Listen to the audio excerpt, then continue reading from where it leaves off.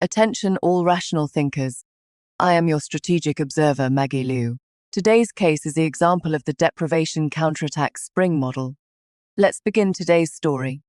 I am a concubine-born daughter. My legitimate elder sister refused to marry into the declining Shi family, so father pushed me forward instead. On my wedding day, my legitimate elder sister said with a smile, "A concubine-born daughter matches a poor scholar perfectly." I didn't resist because I knew resistance would be useless. On our wedding night, my husband said to me, "I am sorry for making you suffer this injustice." I shook my head. Being able to leave that home is already fortunate. 3 years later, when the imperial edict proclaimed him Grand Tutor, father smashed his teacup. My legitimate elder sister rushed into Shi Manor like a madwoman, pointing at my nose. That position should have been mine. I put down my teacup. What a pity. You don't have that fate. My name is Shen Wei. I am a concubine-born daughter of the minister's manor, Tode. Father Shen Yuan summoned me to his study. The air in the study was as heavy as a block of iron. On the fine red sandalwood desk sat a cup of tea that had long gone cold. Father's hand rested on that cup of tea. He didn't look at me. His gaze fell on the withered yellow wutong tree outside the window. The Shi family sent someone to urge us again. His voice was flat, revealing neither joy nor anger, but I knew he was very displeased. The Shi family owns a prominent clan in the capital city. They had arranged a marriage alliance with our Shen family long ago. The marriage arrangement was between my legitimate elder sister Shen Yue and the Xia family's legitimate eldest son, Shi Jingyuan. But alas, misfortune strikes without warning. Old Grand Tutor Shi offended the powerful in court and was stripped of his position by an imperial edict. Overnight, the Shi family's grand mansion collapsed. When the tree falls, the monkeys scatter. What was once a threshold worn by visitors has now become a gate where you could catch sparrows. A fallen family, a poor scholar whose future is utterly ruined. How could father possibly let my legitimate elder sister marry into that? These past few days, the entire minister's manor has been shrouded in gloom over this matter.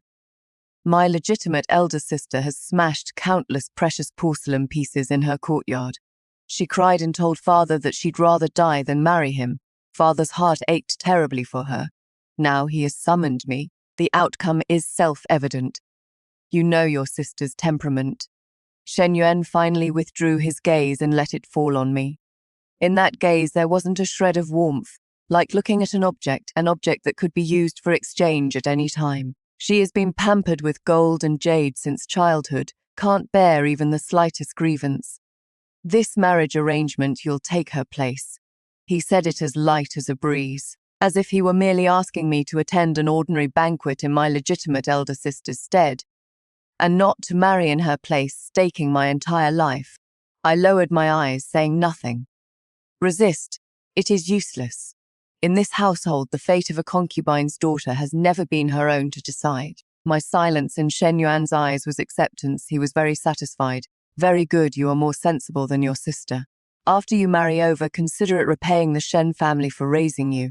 Debt of raising me. I sneered inwardly. More like the debt of usefulness for raising me to be used at critical moments. Father, is there anything else? I asked softly.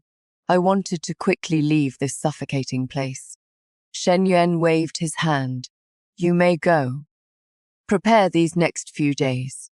The Shi family is pressing urgently. You'll leave the day after tomorrow. The day after tomorrow, so hasty. Not even willing to give me a proper wedding. I turned around, bowed, and left the study. The moment I closed the door, I heard father's relieved sigh from inside. Note Shen Yuan's core logical flaw. He treats Shen Wei as an exchangeable commodity, yet doesn't realize this. Commodity possesses bloodline value higher than his own. This cognitive blind spot is precisely the key vulnerability for the subsequent systematic reversal. Additionally, the introduction of the debt of raising concept lays down a precise counterbalance point for the later debt settlement. Return to my little side courtyard. The courtyard was cold and deserted. My birth mother died early, and this place is like a forgotten corner of the minister's manor. Just as I sat down, my legitimate older sister Shen Ye barged in with her maidservants. She wore luxurious clothes dripping with jewels. making my simple and crude room look even more shabby. Father told you. She raised her eyebrows, the corners of her mouth unable to hide her smugness. I nodded. Elder sister Shenya let out a scoffing laugh. Don't call me elder sister. I don't have a younger sister who is going to marry some poor loser. Though I guess you are somewhat useful after all. At least you didn't eat the Shen family's rice all these years for nothing. She walked around me in a circle, her gaze like a knife scraping back and forth over my body. A concubine's daughter matched with a poor loser, truly a match made in heaven. She laughed so hard her whole body shook. Shenwei, oh Shenwei, this is all you are worth in this lifetime. When you get to that rundown courtyard of the Xia family, don't come crying back to us. Once you leave the gates of the minister's manor, don't even think about coming back in. I quietly looked at her, looked at that face twisted with jealousy and superiority. I felt no anger. My heart had long become numb after years of contempt and suppression. There was even a hint of relief. Leave this place. Anywhere would do, as long as I could leave this resplendent cage. Seeing me silent, Shen Yue found it boring. Like throwing a punch into cotton, she snorted coldly. What a blockhead, you deserve your fate. Having said that, she left with her maidservants, head held high. In the air, the expensive scent of incense from her body still lingered. I walked to the window and pushed it open. A gust of cold wind blew in. It dispersed that scent and cleared my mind considerably. Was my life going to start like this? Fine then. At least it was a new beginning. My gaze fell in the direction where my legitimate elder sister had left. She happened to turn around and saw me. She gave me a smile full of contempt and pity. That smile seemed to say, Shenwei, you've lost. Lost utterly and completely on my wedding day. The sky was overcast. No festive music, no guests. The main gate of the minister's manor was tightly shut. I left through the side door. A small sedan chair, neither new nor old, even with some peeling paint, stood in the deserted alley. This was my wedding sedan. I wore a bright red wedding dress. The fabric was coarse, the stitching sparse. It was something the manor's headmaid had hastily dug out from the storage. Supposedly, it had been worn over a decade ago by some distant cousin at her wedding. No phoenix crown on my head, just a few cheap velvet flowers stuck crookedly in my hair. My dowry was just one small wooden box. Inside were a few old clothes, and the only silver hairpin my birth mother left behind. This was the wedding of a concubine-born daughter from the minister's manor. Like a silent joke, just as I was about to board the sedan, Shen Yue came again. Today she wore a bright yellow dress, dazzlingly radiant. She stood at the alley entrance like a peony in full bloom, and I was the dust beneath the peony's feet trampled into the mud. Oh my, so this is the bride. Her tone exaggerated, she covered her mouth and laughed. What a grand spectacle indeed. The maids beside her also joined in the mocking laughter. Shen Yue walked up to me and pinched a corner of my wedding dress. What kind of fabric is this? It is too coarse even to use as a rag. She let go as if she had touched something filthy and carefully wiped her hand with a handkerchief. And this dowry, it all fits in just one chest. Shen Wei, you really bring honor to our minister's mansion. She emphasized the 3 words minister's mansion, one syllable at a time. I didn't acknowledge her. I lifted the sedan curtain, preparing to get in. Stop, she barked sharply. I paused and turned to look at her. A married daughter is like spilled water. From today on, you have nothing to do with the Shen family anymore. When you are out there, don't you dare say you are from the minister's mansion, you hear? We of the Shen family can't afford to lose face like this. Her words were like poisoned ice needles, piercing into my heart. It didn't hurt. I just felt cold, a bone-chilling cold. I know, I answered calmly. Shen Yue seemed like she wanted to say more, but an urging voice came from the alley entrance. The auspicious hour is about to arrive. It is the people from the Xi family coming to fetch the bride. Only one person, a servant who looks very honest. Shen Yue frowned impatiently and took a step back. Get lost already. A concubine's daughter matched with a pauper. Just perfect. I wish you and that sickly wretch an early life of destitution, starving to death together. This was her final blessing to me. I got into the bridal sedan. The sedan curtain fell, cutting off her malicious gaze. The sedan was lifted, swaying gently as it moved forward. I didn't cry, not a single tear. Because it wasn't worth it for those people. Shedding even a single tear wasn't worth it. The sedan swayed all the way, no music, no fanfare, terrifyingly quiet. I could hear the sedan bearer's heavy footsteps and the creaking sound of wheels rolling over the stone-paved road. The capital city's prosperity seemed to have nothing to do with me. I don't know how much time passed. The sedan stopped. The servant's voice came from outside. "Young mistress, we've arrived." I took a deep breath, steadied myself against the sedan door, and stepped out. Before my eyes was a small courtyard gate. On the black wooden door, the paint had already mottled and peeled off. 2 red characters were pasted on the door. They were probably newly pasted, so red they were a bit glaring. But that red color couldn't bring much joy to this desolate courtyard. On the stone steps in front of the door, there were even a few cracks. This was the Shai family, my future home. That servant pushed open the courtyard gate, with a creak like an old person's groan. The courtyard wasn't large, but it was very clean. In the corner grew an osmanthus tree, its leaves already completely fallen, leaving only bare branches. In the center of the courtyard stood a man. He wore a set of red wedding clothes. That red color on him seemed somewhat loose and empty. Because he was too thin, his frame was slender, his complexion somewhat pale. Like a bamboo swaying in the wind, he did look, just as Shenyue had said, like a sickly invalid. He was also looking at me. His gaze was very calm, like a pool of deep water. No disgust, no contempt, only a kind of faint, indescribable, complex emotion. He walked towards me. His steps were steady. He stopped in front of me. "This is my husband, Shi Jingyuan, once the most famous young talent in the capital city, now the most down-and-out son of a noble family." He looked at me for a long while. Then he bowed deeply to me. "Shi Jingyuan greets my wife." His voice was clear and bright, yet carried a hint of weariness. I slightly bent my knees and returned the courtesy. "Shenwei greets my husband." No complicated ceremonies, no noisy guests, or wedding right in this quiet little courtyard. In the gaze between him and me it began. In the bridal chamber, only a pair of red candles were lit. The candlelight flickered, casting our shadows on the walls, stretching them long. On the table were a few simple dishes. A pot of wedding wine. Shi Jingyuan poured me a cup, and also poured himself one. "I've wronged you." He raised his wine cup and said to me. This was the first thing he said to me. Not a courtesy, not small talk, but an apology. I shook my head. "I don't feel wronged." He looked at me, seemingly a bit surprised. "I've heard about the Shen family's matter. This marriage shouldn't have been your burden to bear." His eyes carried sincere apology. I picked up the wine cup. "Being able to leave that home is already fortunate for me." I was telling the truth that magnificent minister's residence, to me, was more like a cage than any other place. Shi Jingyuan looked at me quietly, under the candlelight. His eyes were bright, as if they could see through one's heart. "Now that you've married into the Shu family, from now on this is your home. Though it is modest, I promise no one will make you suffer again." His words were soft, yet like a pebble, they dropped into the lake of my heart that had long been dead, spreading ripples, faint and subtle. We drank the nuptial wine. The wine was a bit harsh, burning all the way from my throat down to my stomach. I ate very little. Shi Jingyuan noticed. He picked up some vegetables with his chopsticks and placed them in my bowl. "Eat some.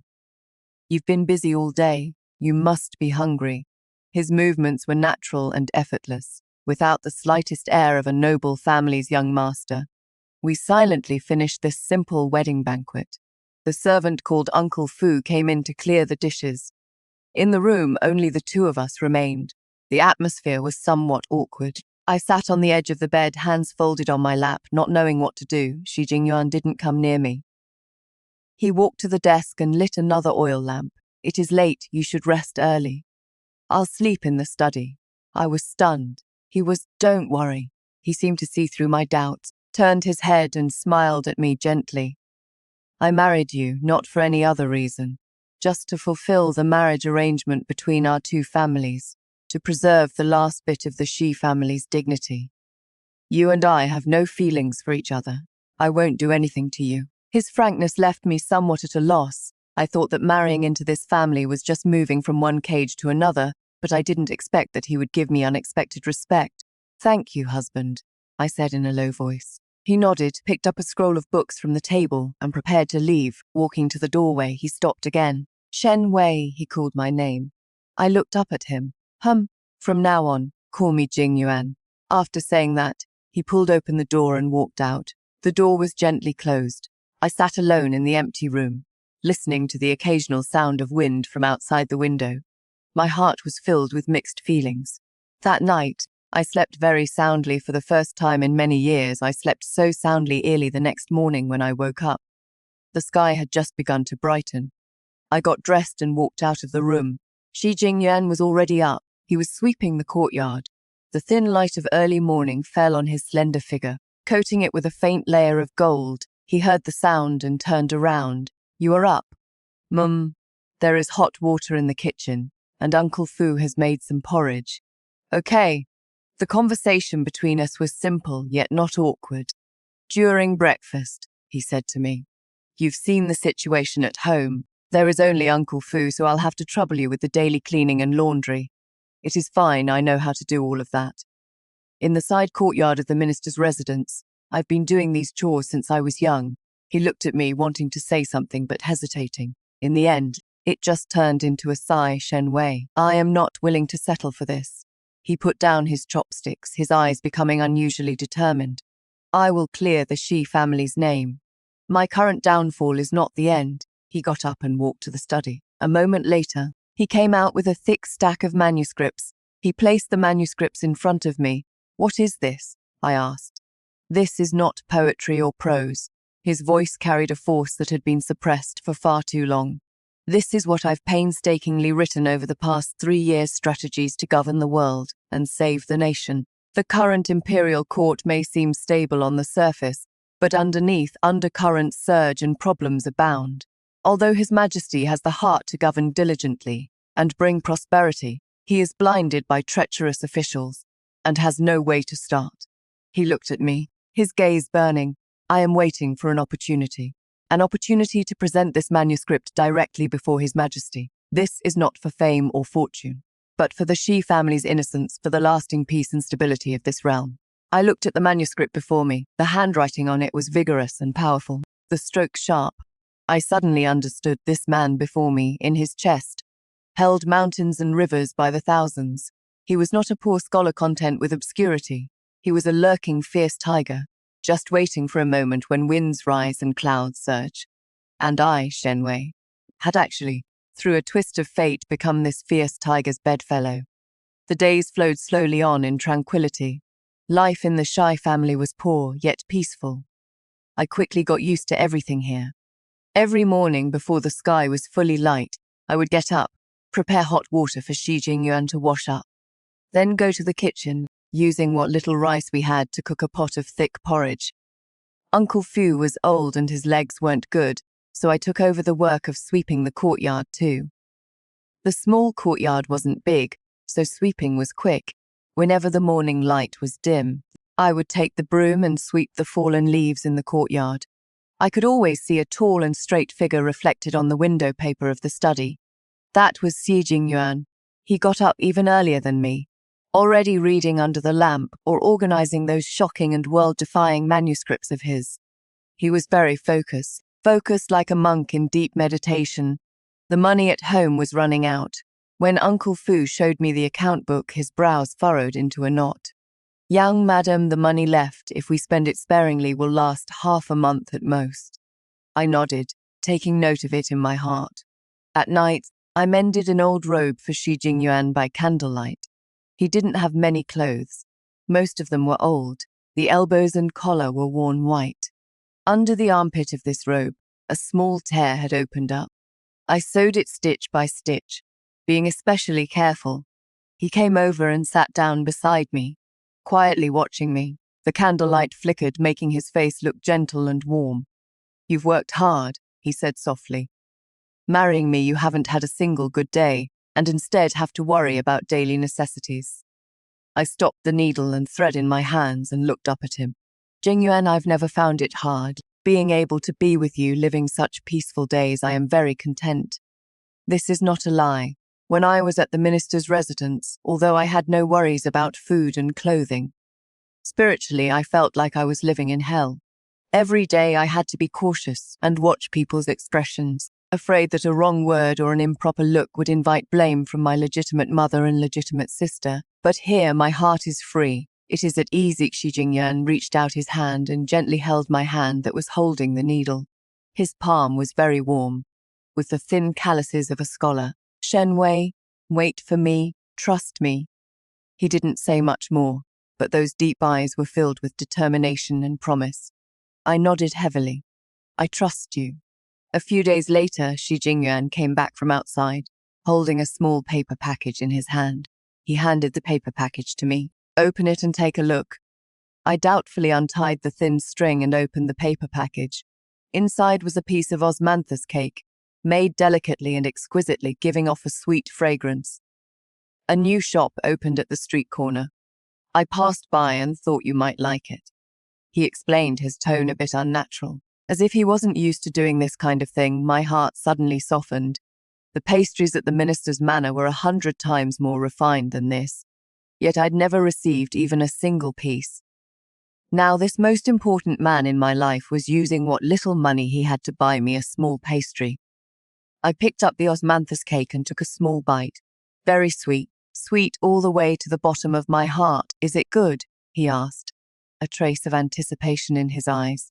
I nodded vigorously. Very good, he smiled. Like ice and snow first melting, like a spring breeze caressing the face. That afternoon, while organizing the trunk, I saw the silver hairpin my birth mother had left behind. I also saw several bolts of fine silk at the bottom of the trunk. Those were part of the dowry mother had prepared for me when she was still alive. After mother passed away, I hid these things away. Even my legitimate mother didn't know about them. A thought gradually became clear in my mind. At dinner, Uncle Fu was sighing again. There is not much rice left in the rice bin. Upon hearing this, Xi Jingyuan put down his chopsticks. His brows furrowed tightly. He was a scholar who couldn't lift with his hands or carry on his shoulders. Apart from studying, there is simply no other way to make a living, Jingyuan. I looked at him and spoke softly. You don't need to worry about the family's affairs. I have a way. He looked at me in surprise. What way do you have? I smiled, my eyes holding an unprecedented brightness. Though I am a concubine-born daughter, when my mother was alive, she had the best embroiderer in the capital city teach me embroidery. I wouldn't dare say my embroidery skills are the best in the capital city, but taking them to an embroidery shop to exchange for some silver to supplement the household expenses should be enough. Xi Jingyuan froze. He was silent for a long time. Number, he refused flatly. You are my wife, the young mistress of the Xi family. How could I let you show yourself in public to do such business? His tone was very firm, carrying the stubbornness and pride of a scholar. I knew he felt sorry for me, that he didn't want me to suffer any grievances. I stood up and walked to his side, refilled his bowl with porridge. Jingyuan, listen to me. We're husband and wife. This household belongs to both of us. You have your ambitions. You want to accomplish great things that will shape the world. So then, the matters at home, just leave them to me to protect, okay? I don't want to become your burden. I want to become your support. Even if it is just a tiny little bit. My voice was very soft, yet very firm. The study's lamp stayed lit the entire night. The next day, when Xi Jingyuan walked out of the study, there was a faint darkness under his eyes. He walked in front of me. I've agreed, but there is one condition. What? I'll go with you. He looked at me, speaking word by word. Wherever my wife goes, I will go. The largest embroidery shop in the capital city was called Cloud Brocade Pavilion. The proprietress was surnamed Su, a shrewd and capable middle-aged woman. I handed over a handkerchief I'd embroidered myself. Madame Su picked it up, and with just one glance, her expression changed. It was a plain white silk handkerchief.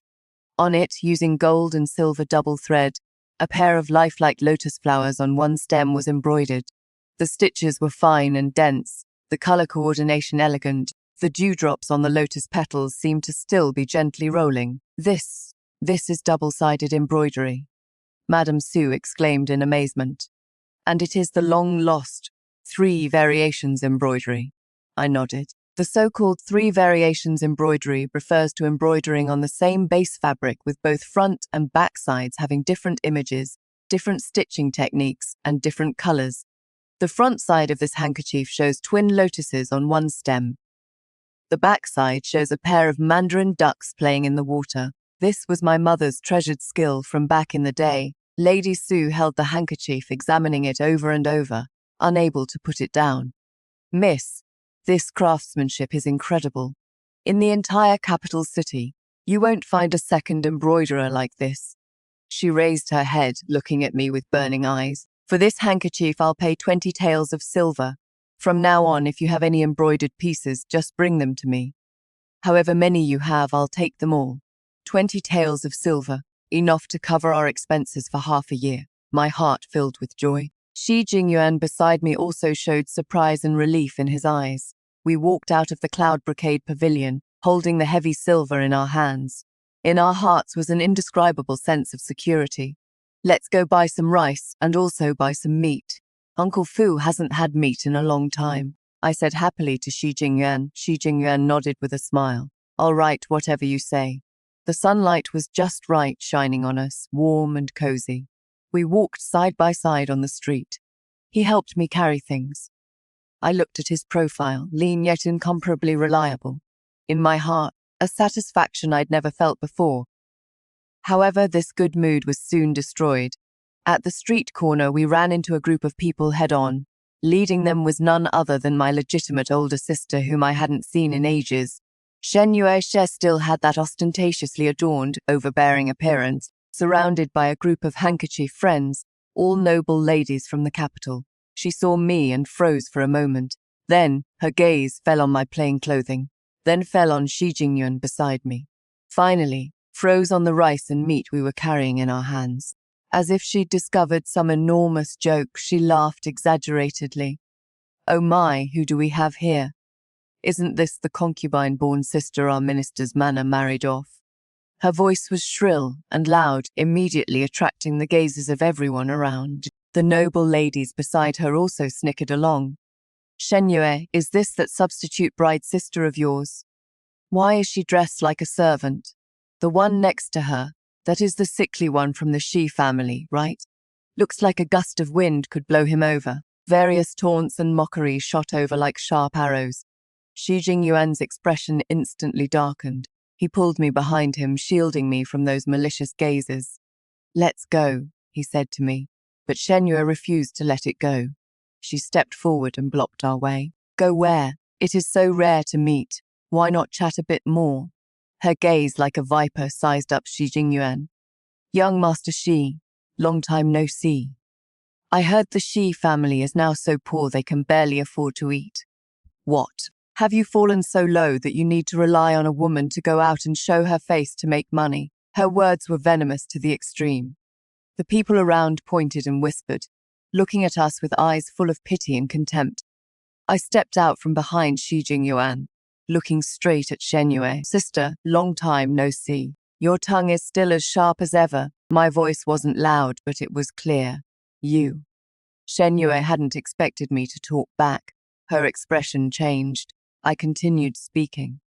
My husband and I, husband and wife united in purpose, make our living with our own hands, not stealing or robbing, upright and honest. Is there anything laughable about that? On the other hand, sister, as the legitimate daughter of the minister's manor, you make a scene in the street, hurling abuse at people without any ladylike manner. If word of this gets out, I am afraid it won't just be your own face that is disgraced, but the face of the entire minister's manor. My words were neither humble nor arrogant, resounding with conviction. The murmurs around us gradually shifted in tone. This girl has a point. Yeah, this legitimate daughter of the Shen family is a bit too much. Shen Yue's face alternated between red and white. She was so cornered by me that she couldn't speak. A noble woman beside her probably wanted to stand up for her. You, a concubine-born daughter, dare to lecture your legitimate older sister. How utterly improper. I let out a cold laugh. I am no longer part of the minister's household. What legitimate or concubine-born distinction is there? Upon marriage, one follows one's husband. I am now a woman of the Shi family. Miss, you publicly slander my husband in the street. What kind of propriety is that? That noblewoman was immediately left speechless too. Shen Yue trembled all over with rage. Shen Wei, you just wait. Let's see how long you can gloat. A fallen household and a penniless scholar. Just wait to starve to death. She threw down these harsh words, then left in embarrassment with her group of friends. The farce finally came to an end. The crowd around us gradually dispersed. Shi Jingyuan turned around and looked at me. His eyes were complex. There was heartache, anger, and also a trace of pride. He reached out his hand and gently brushed away the stray hair by my temples that had been tossed by the wind. Shen Wei. Just now you were very brave. I smiled, because I know you are by my side. Before I didn't dare to resist because there was no one behind me. Now I have him, he is my confidence. We carried our things and continued walking home. Neither of us spoke again, but our hands inadvertently clasped tightly together. When we got home, Uncle Fu saw the meat we bought and was so happy he couldn't stop smiling. Dinner was exceptionally lavish. After dinner, Shi Jingyuan called me into the study. He took out that stack of his manuscripts from a locked wooden box. Shen Wei, come here. I walked to his side. Look, he pointed at the words on the manuscript. I always used to think the timing wasn't right, that I needed to wait longer. But today, I've changed my mind. A blazing fire ignited in his eyes. Some people, some things, can't wait any longer. Rather than passively waiting for an opportunity, it is better to actively create one. I looked at his resolute profile, my heart surging with emotion. What should I do? He raised his head, looking at me with deep, profound eyes. I need you to help me with something that might be dangerous. What Shi Jingyuan needed me to do was help him transcribe a manuscript. But it wasn't ordinary transcription. He took out a specially prepared potion, writing on paper with this potion. The writing would quickly disappear, turning into a blank sheet. Only with a specific developing powder could the writing reappear. This is something my father developed in his early years to prevent leaks of confidential information, Jingyuan explained. This manuscript is of great importance. If it leaks, we'll all face mortal danger. I need you to use this potion to transcribe a copy of it. Find a way to deliver it into someone's hands, I understood. This was preparation for testing the waters. To whom should it be delivered, I asked. The Vice Minister of Personnel, Zhang Boxian. Shi Jingyuan spoke this name. Lord Zhang was once my father's student, a man of upright character. He is also one of the few honest officials in the court who refuse to collude with corrupt flatterers. Only he might be able to understand the value of this manuscript. Only he might have a way to make this manuscript appear before His Majesty's imperial desk. This was a risky move. The human heart is hard to fathom.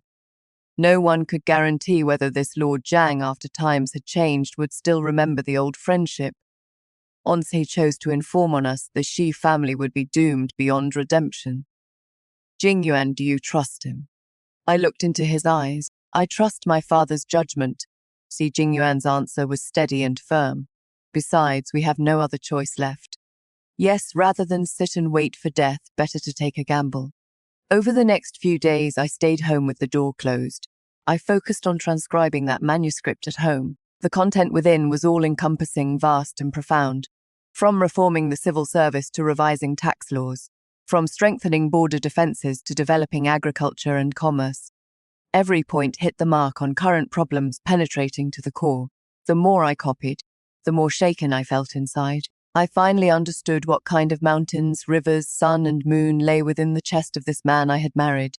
If he were to emerge, he would surely be a figure who could stir up the winds and clouds of the entire realm.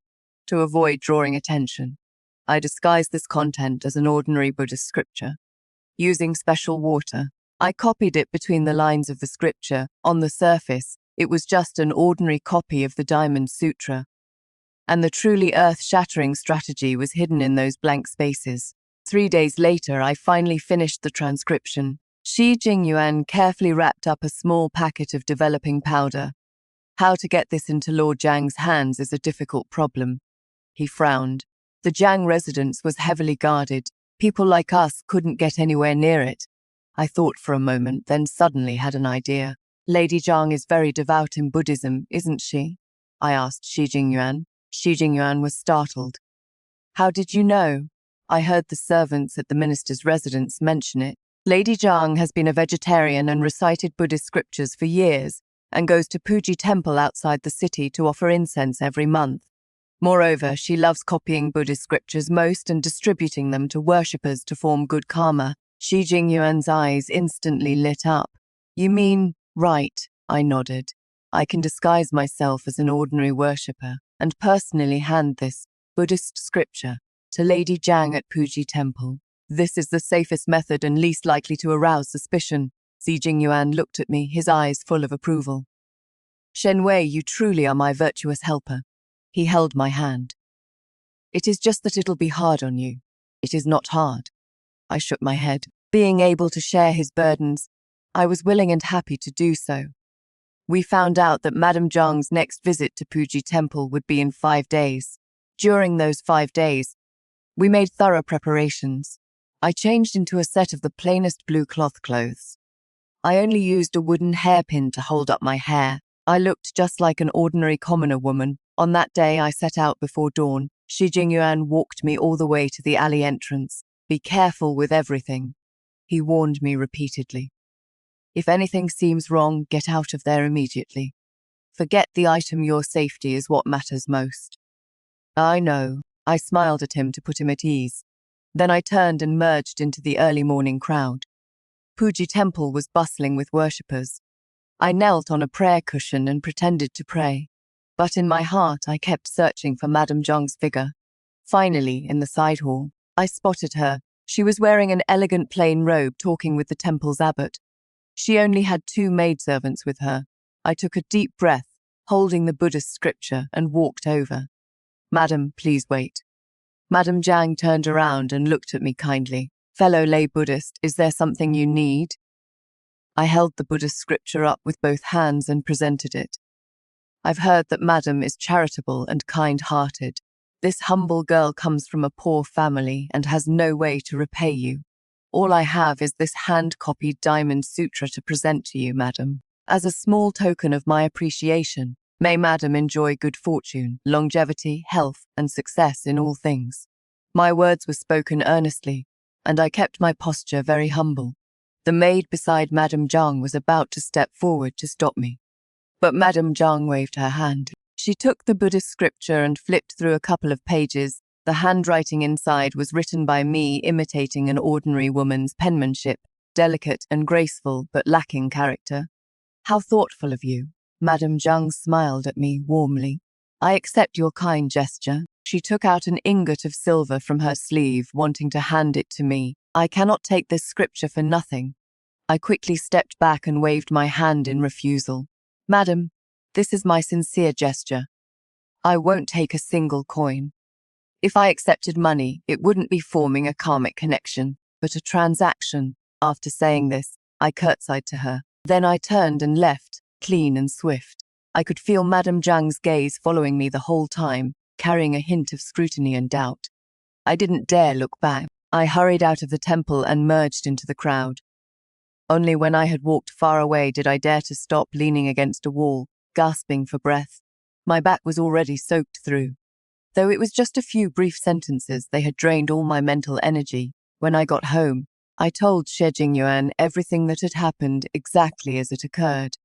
After hearing it, he didn't speak for a long time. Jingyuan, are we taking too big a risk? I asked somewhat uneasily. Xi Jingyuan shook his head. He pulled me into his embrace, gently patting my back. Number, you did very well, extremely well. From now on, all we can do is wait. That night, at the residence of the Vice Minister of Personnel, the lights blazed brightly. Zhang Boxian looked at the Buddhist scripture his wife had brought back, his brows tightly furrowed. He felt there was more to this than met the eye. Tentatively, he sprinkled a bit of developing powder on the pages. The next moment, he shot up from his chair. In his eyes, there were raging waves. The days returned to surface calm. But Xi Jingyuan and I both knew that beneath this calm were turbulent undercurrents. That Buddhist scripture we sent out was like a stone thrown into a deep pool. Whether it would stir up 1,000 waves or sink into silence, we had no idea. Waiting is the most tormenting form of torture. Shi Jingyuan became even more silent than usual. He stayed in his study all day, copying the contents of the manuscript over and over. He wanted to engrave every single word into his very bones, just in case. I devoted all my attention to taking care of his daily meals and living. The Yunjin Pavilion's business was doing very well. Madame Su valued my craftsmanship highly and gave me a lot of advance payments. Our life became much more comfortable. I bought some quality medicinal ingredients and stewed nourishing soups for him every day. His constitution was too weak, his complexion always carrying a lingering pallor. I hoped that before the storm arrived, he could have a stronger body to face it. Jingyuan, time for soup. I carried a bowl of warm ginseng chicken soup into the study.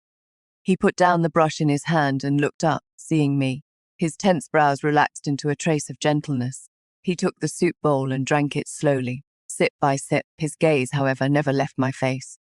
Where? These days you've gotten thinner. He suddenly reached out and gently caressed my cheek. My heart trembled slightly. Where? This was the first time he called me that, intimate yet natural. I am fine, I smiled, but you don't push yourself too hard. I know. He put down the bowl and held my hand. Before things come to a conclusion, none of us can truly feel at ease. I am just afraid that in case he didn't continue, but I knew what he wanted to say. In case of failure, what we'd face would be an abyss of 10,000 zhang. I gripped his hand tightly in return. Jingyuan, no matter what the outcome, I'll be with you. If we live together. If we die, I'll follow you in death. My gaze held not the slightest hesitation. He stared at me intently, his eyes reddening slightly. He pulled me into his embrace, holding me tight, as if he wanted to meld me into his very bones and blood. To have a wife like this, what more could a husband ask for? His voice was hoarse and low. Just in this rare moment of tenderness, an uninvited guest shattered the tranquility of our small courtyard. Uncle Fu came running in frantically. Young master, young mistress, this is bad. People from the minister's manor have arrived. Shi Jingyuan and I exchanged a glance, both our hearts sinking. What was meant to come had finally come. The person who came was my father, Shen Yuan. He didn't take a sedan chair, only brought a young servant, coming in plain clothes. But the official authority emanating from him still made this small courtyard feel cramped and uneasy. As soon as he entered, he scrutinized the entire courtyard with an inspecting gaze. In his eyes was unconcealed contempt and disgust. Shen Wei, this is where you've been living. He frowned, his tone ice cold. Yes, father, I answered calmly. His gaze then fell upon Shi Jingyuan. You are Shi Jingyuan. Your son-in-law, Shi Jingyuan, pays respect to father-in-law Shi Jingyuan. Neither humble nor arrogant, clasped his hands in salute. Shen Yuan snorted coldly, too lazy to even give him a proper look. No need for formalities, I can't bear it. He walked straight into the main hall and sat in the seat of honor. That posture, as if he were the master of this place. I came here today because I have something to ask you. Shen Yuan's gaze, sharp as a hawk's, stared straight at me. A few days ago on the street when you defied your sister, I heard all about it. What audacity you have. Who gave you the courage, a mere concubine-born daughter, to defy your legitimate elder sister and ruin the reputation of my minister's manor? As soon as he opened his mouth, it was to denounce me. I lowered my eyes. Father, regarding that day's matter, it wasn't your daughter being unreasonable. It was elder sister who insulted my husband in the street with words too vulgar to hear. I only argued with her a few words to defend my husband's dignity. Husband and wife are one body. I believe I did nothing wrong. Outrageous.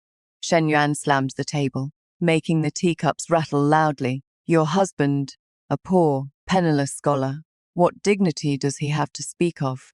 For his sake, you dare to defy your elder sister. Shen Wei, have all your studies gone to waste? Filial piety and fraternal duty come first, do you understand or not? Each of his words was like a knife. Shi Jingyuan's complexion grew increasingly pale. His hand at his side had already clenched tightly into a fist. I stepped forward and stood in front of Shi Jingyuan. Father, I raised my head and met his furious gaze. When your daughter married, sister said I no longer had any relation to the Shen family. In what capacity does father question your daughter's filial piety and fraternal duty today? What did you say? Shen Yuan looked at me in disbelief. He probably never imagined that I, who had always been meek and timid, would dare to speak to him in such a tone. I said, I am now a person of the Shi family. The one I respect is my husband. The rules I follow are the Shi family's rules. The reputation of the minister's manor has nothing to do with me. The dignity of the minister's manor. I care even less about it. You rebellious daughter. Shen Yuan was trembling with anger. His hand pointing at me was shaking. Good, very good. Your wings have grown hard, haven't they? He took several deep breaths, seemingly forcibly suppressing his rage. His eyes, however, became cold and sinister. I'll ask you again. Recently, have you had any contact with Minister Zhang's family from the Ministry of Personnel? My heart skipped a beat. He really came for this. It seemed that there had been some movement on Zhang Boxian's side, and word had reached the ears of this minister. I kept my composure on the surface. Daughter doesn't know what father is talking about. Minister Zhang is a second-rank official of the court. How could common people like us have contact with his family? Shen Yuan stared at me intently as if trying to find some flaw on my face. Nothing, better be nothing. His voice was extremely low, carrying a warning tone. Shen Wei, I am warning you. Don't think that just because you've latched onto some high branch, you can turn your fortunes around. The Shi family is finished and Shi Jingyuan is finished too. You'd better behave yourself, don't cause trouble for me outside, or have thoughts you shouldn't have. Otherwise, don't blame me, your father, for not remembering our father-daughter bond. Having said that, he abruptly stood up, left with a flick of his sleeves. Not willing to stay here even a moment longer, watching his resolute retreating figure, I only felt a wave of desolation. This is my father. From beginning to end, all he cares about is his official position, his reputation, my life or death. He has never taken to heart. Shi Jingyuan held my shoulder. Wei, don't be sad. I shook my head and gave him a bitter smile. I am not sad. I just have completely given up hope. For that family, for that person, I no longer have the slightest expectation. And just then, Butler Fu came rushing in once again. This time, his face carried a hint of excitement and nervousness. He held a small note in his hand. Young master, young madam, just now a child stuffed this at the front door and ran off. Shi Jingyuan took the note and opened it. On it there were only 8 brief words. Tomorrow night at the hour of high, South City Tea House. No signature, but the handwriting was strong and powerful, with restrained sharpness. Shi Jingyuan's breathing suddenly became rapid. He abruptly raised his head and locked eyes with me. We both saw the light in each other's eyes. The fish has taken the bait. The tea house south of the city. It was the most inconspicuous tea house in the capital city. Remote location, few tea drinkers, most suitable for secret discussions. The next day at the hour of high, the night was black as ink. Shi Jingyuan changed into a somewhat worn blue robe, put on a bamboo hat, covering most of his face. Before he left, I carefully straightened his collar. Be careful. My voice carried a trace of trembling that was hard to detect. He held my hand warm and firm. Don't worry, I'll be back soon. I stood at the doorway, watching his figure disappear into the pitch-black end of the alley. My heart hung high in suspense. This trip, whether it was a dragon's gate or a tiger's den, no one knew. In the tea house, only a single dim oil lamp was lit. A middle-aged man in grey cloth with ordinary features was already waiting by the tea table in the corner. The tea in front of him had already gone cold. Shi Jingyuan walked to the seat across from him and sat down. He removed his bamboo hat. Sir, were you sent by Lord Zhang? He got straight to the point. The middle-aged man raised his eyes, carefully sizing him up. His gaze was sharp, as if appraising the quality of a commodity. Are you Shi Jingyuan? I am that manuscript. Was it written by you? Yes. The middle-aged man fell silent for a moment. Suddenly, he took out a scroll from his sleeve and placed it on the table. My master wishes to ask you a question, young sir. Please speak in the book. There is a policy called the Single Whip Law, which proposes merging land tax, coffee, labor, and miscellaneous taxes into one, converting them into silver, and collecting them per mu of land. My master wants to ask, although this method is good, it strikes at the foundation of gentry throughout the realm, and implementing it will surely face tremendous resistance. If you were to handle this, young sir, how would you break through the deadlock? This question was sharp and went straight to the core. If he didn't answer well, all his previous efforts would go down the drain. Yet Xie Jingyuan's face showed not the slightest trace of panic. He even smiled faintly. The method to break the deadlock is also detailed in the manuscript. There are 3 steps in total. He held up 3 fingers. First, pilot programs. Select 1 or 2 prefectures with the deepest abuses and greatest public grievances, and implement the trial there first. Use decisive measures to eliminate local resistance, and let the common people see the benefits of this method first. With the people's hearts on our side, the great endeavor is already half accomplished. Second, divide and conquer.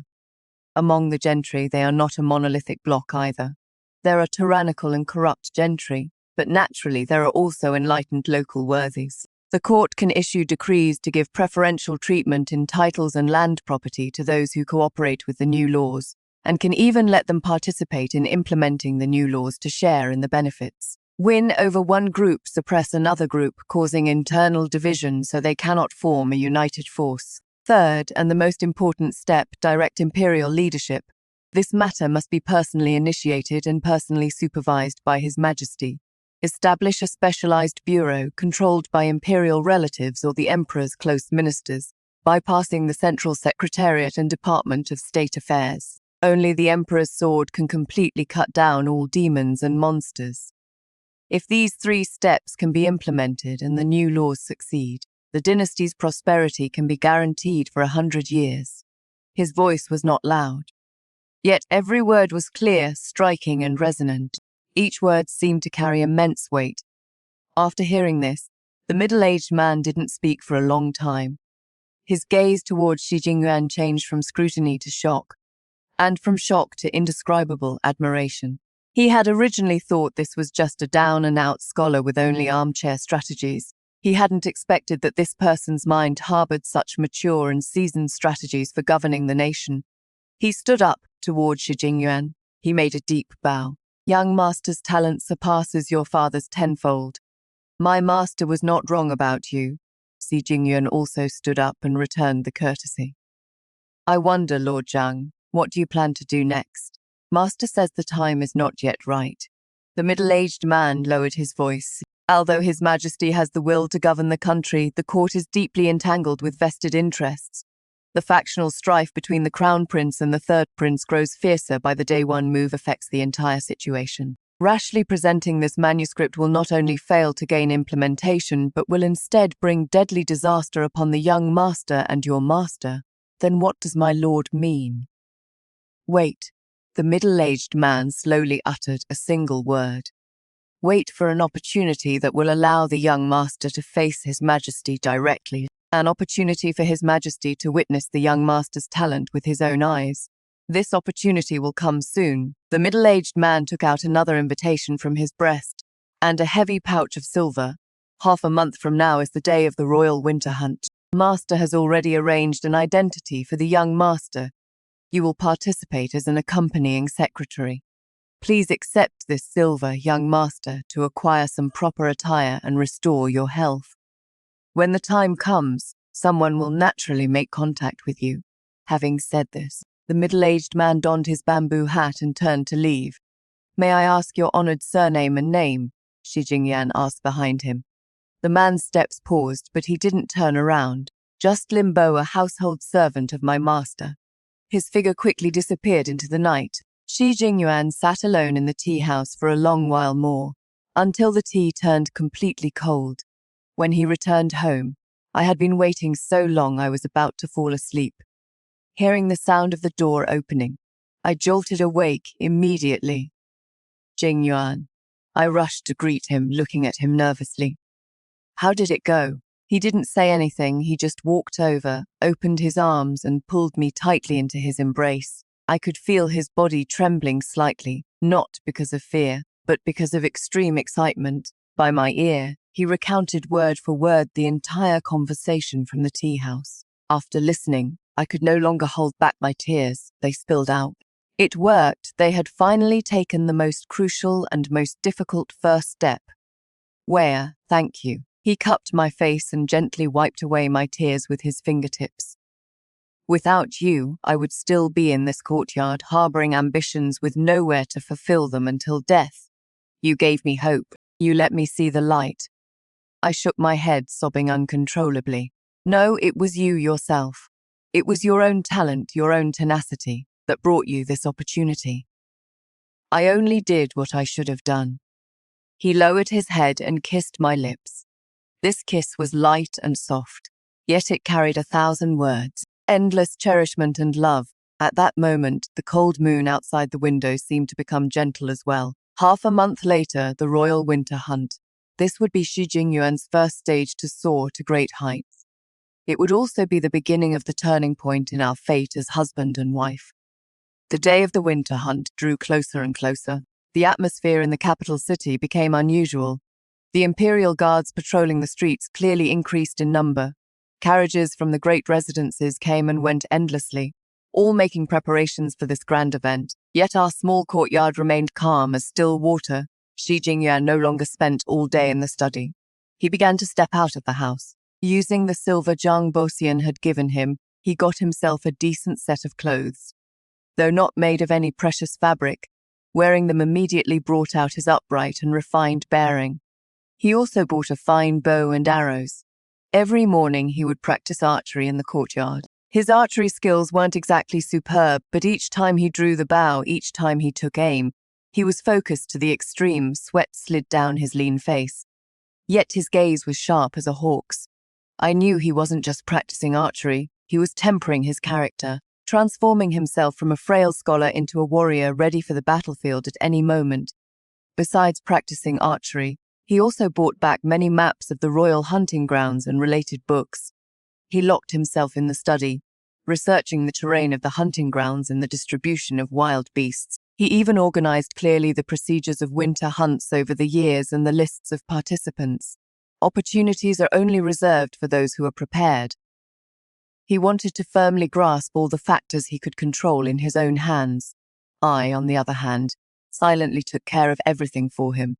I prepared the luggage he needed for the journey. Inside were a change of clothes, wound medicine, and dried meat I made myself that was easy to carry. I checked each item over and over again, afraid of the slightest oversight. We spoke less to each other, but with just a glance, just a gesture, we understood each other completely. This wordless understanding made us feel more at ease than any sweet words could. The night before departure, Shen Yue came knocking at our door once again. This time she didn't come alone. Beside her was a young man dressed luxuriously with an arrogant expression. I recognized that young man. He was Wang Chong, the second son of the current Minister of Revenue, a spoiled rich kid famous throughout the capital city for being arrogant and domineering. He was also the person most fervently pursuing Shen Yue lately. They blocked our doorway. Shen Yue looked smug, clinging to Wang Chong's arm. Young Master Wang, look, this is the place. This dump of a place is my concubine-born little sister's home. Wang Chong surveyed our small courtyard with a look of disgust. Saked is shabby enough, all right. Even the stable at my family's place is more luxurious than here. The several servants behind him all joined in the mocking laughter. Shi Jingyuan and I walked out from the courtyard. What are you here for? I looked at them coldly. Seeing us, Shen Yue's smile became even more radiant. Nothing much, just brought young Master Wang over to have a look. To see what kind of wonderful life you and your poor wretch of a husband are living. Her gaze circled around Shi Jingyuan. Oh my, haven't seen you for a few days and you've got new clothes on. What? Bought with the money your woman earned from selling embroidery?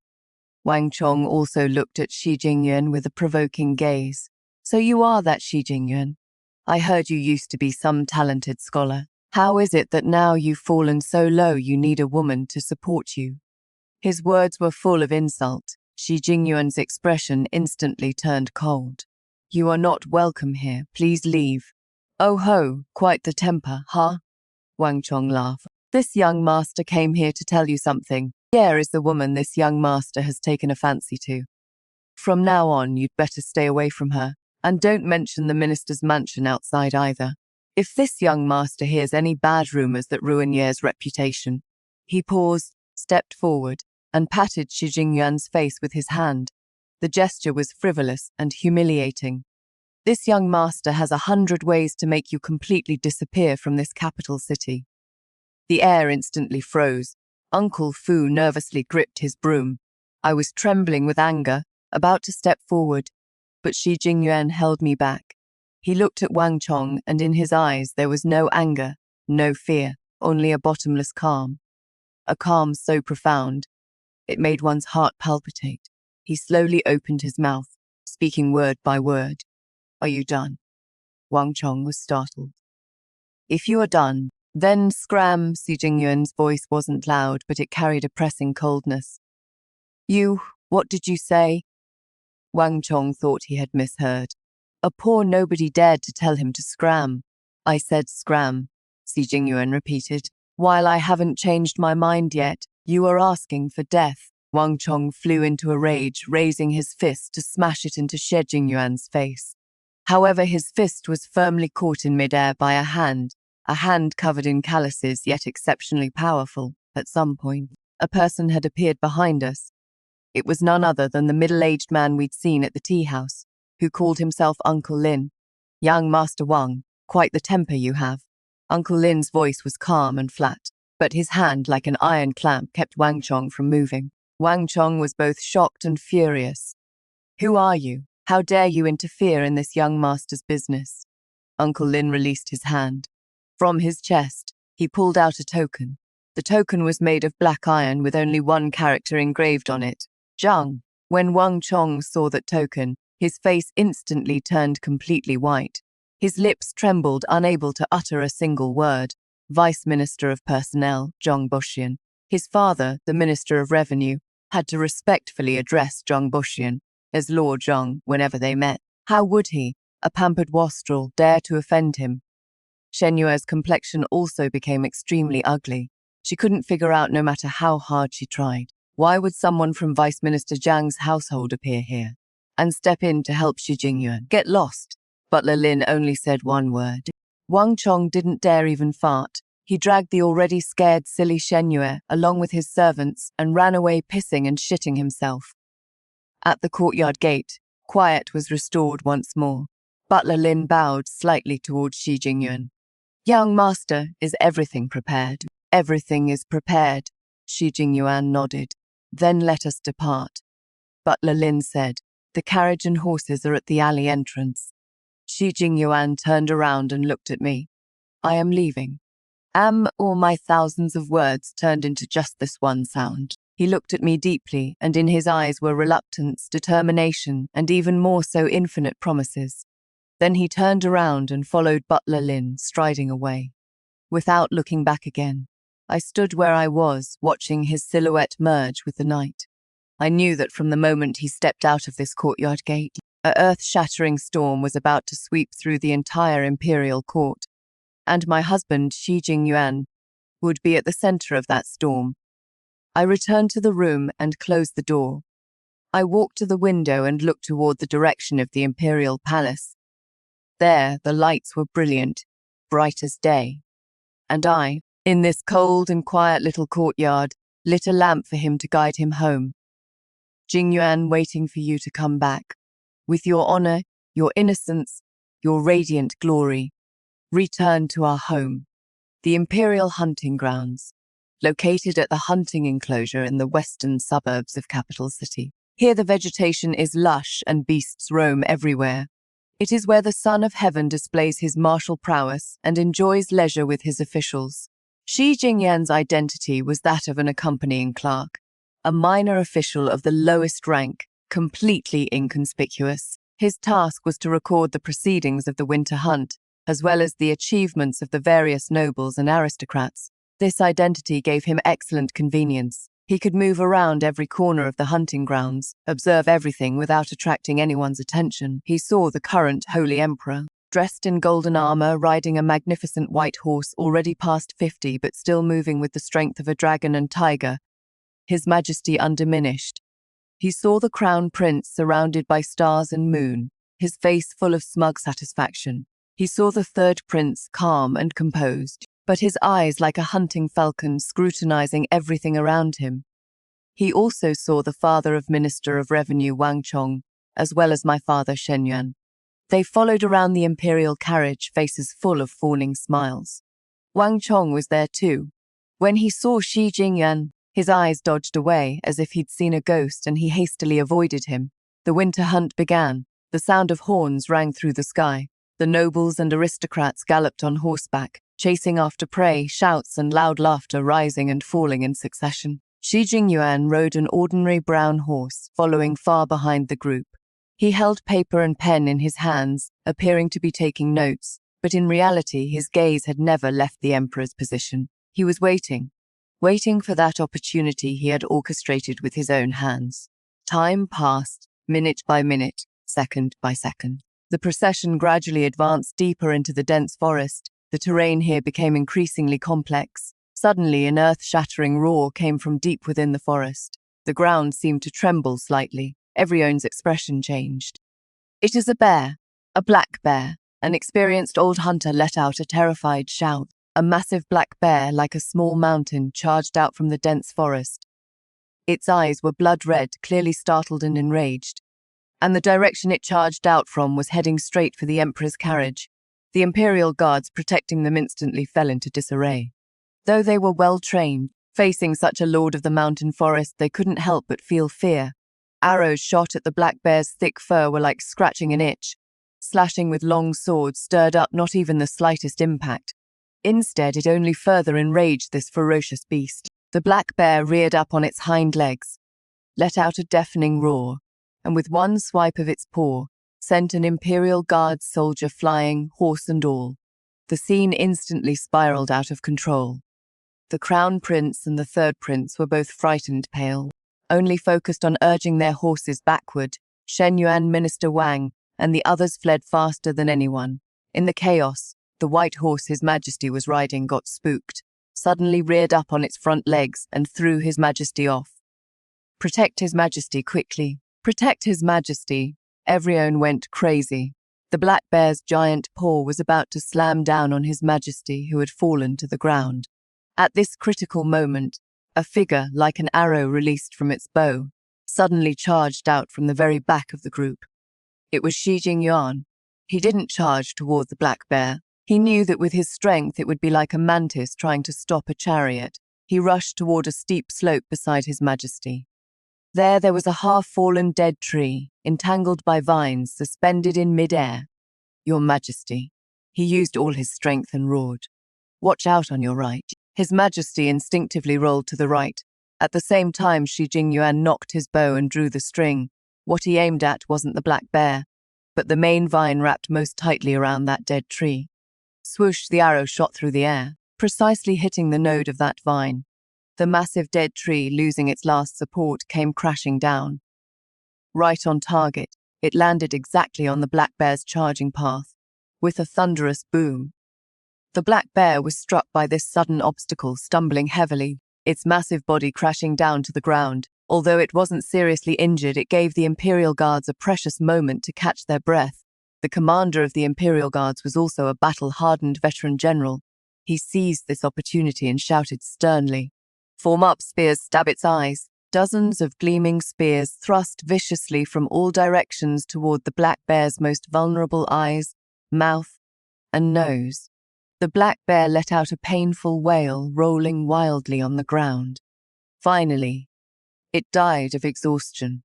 A crisis of earth-shattering proportions was thus resolved. Everyone was still shaken, gasping for breath heavily.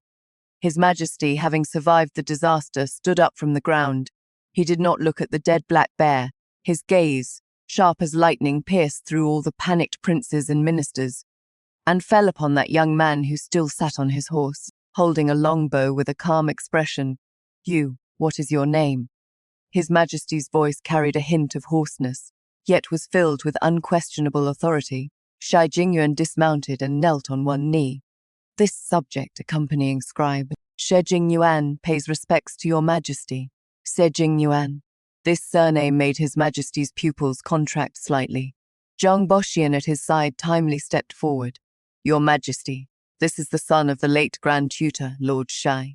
A trace of complex emotion flashed through His Majesty's eyes. There was reminiscence, scrutiny, and even deeper interest. He looked at Shi Jingyuan kneeling on the ground, observing his composure in the face of danger, observing his wisdom that determined the outcome with a single arrow. In his heart, a storm was stirring. How could this be a down-and-out scholar? This was clearly an unpolished jade covered in dust. No, he even felt that this crouching fierce tiger was sharper and more terrifying than his late father. The princes and high ministers around all looked at Shi Jingyuan differently now. Shock, jealousy, disbelief. Shen Yuan was even more thunderstruck, standing frozen in place. He never imagined that this son-in-law from a concubine whom he had cast aside like worn-out shoes would appear before His Majesty in such a shocking and extraordinary manner. Shi Jingyuan, His Majesty slowly spoke. "Tonight come to my tent. I have questions to ask you." The Emperor's tent was brightly lit. Outside were imperial guards stationed every few steps. Inside was the Supreme Sovereign, master of all under heaven. The air seemed to have frozen. When Shi Jingyuan entered the tent, His Majesty was looking at a map. Hearing footsteps, he didn't look up. "Do you know why I summoned you here?" "This subject does not know." Shi Jingyuan bowed and answered, his voice steady. "That arrow of yours saved my life." The Emperor set down the map, raised his eyes, his gaze piercing like a torch. "What reward do you want? An official position? Gold or beautiful women?" This was a test. It was also a trap. If Shi Jingyuan showed the slightest hint of greed, the Emperor's opinion of him would plummet. Shi Jingyuan raised his head, meeting the Emperor's gaze directly, neither dodging nor avoiding. "Your subject does not want a reward." "Oh, why not?" "Your subject shot that arrow not for fame or fortune, but because as a subject it was my duty to fulfill. If I saw my sovereign father in danger and remained indifferent, I would have read the books of the sages in vain." His answer was frank and sincere. The Emperor stared at him intently for a long while, then suddenly smiled. "Well said, my duty to fulfill. Just like your father, both with the same stubborn temper." He pointed to the seat across from him. "Sit, thank you, Your Majesty." Shi Jingyuan sat down as instructed, his posture upright without the slightest trace of unease. "Let me ask you." The Emperor's expression became serious. "The iron mines in the Northern Territories have been running deficits year after year, and the tax revenue submitted to the National Treasury is less than 30% of what it was 10 years ago. The Ministry of Revenue has submitted several memorials, all claiming that mining is difficult and the ore veins are depleted. What do you think?" This question came suddenly and was extremely thorny.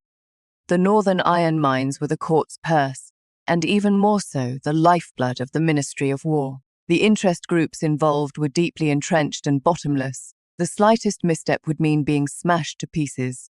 Yet Shi Jingyuan seemed to have anticipated this all along. He stood up and walked to the map.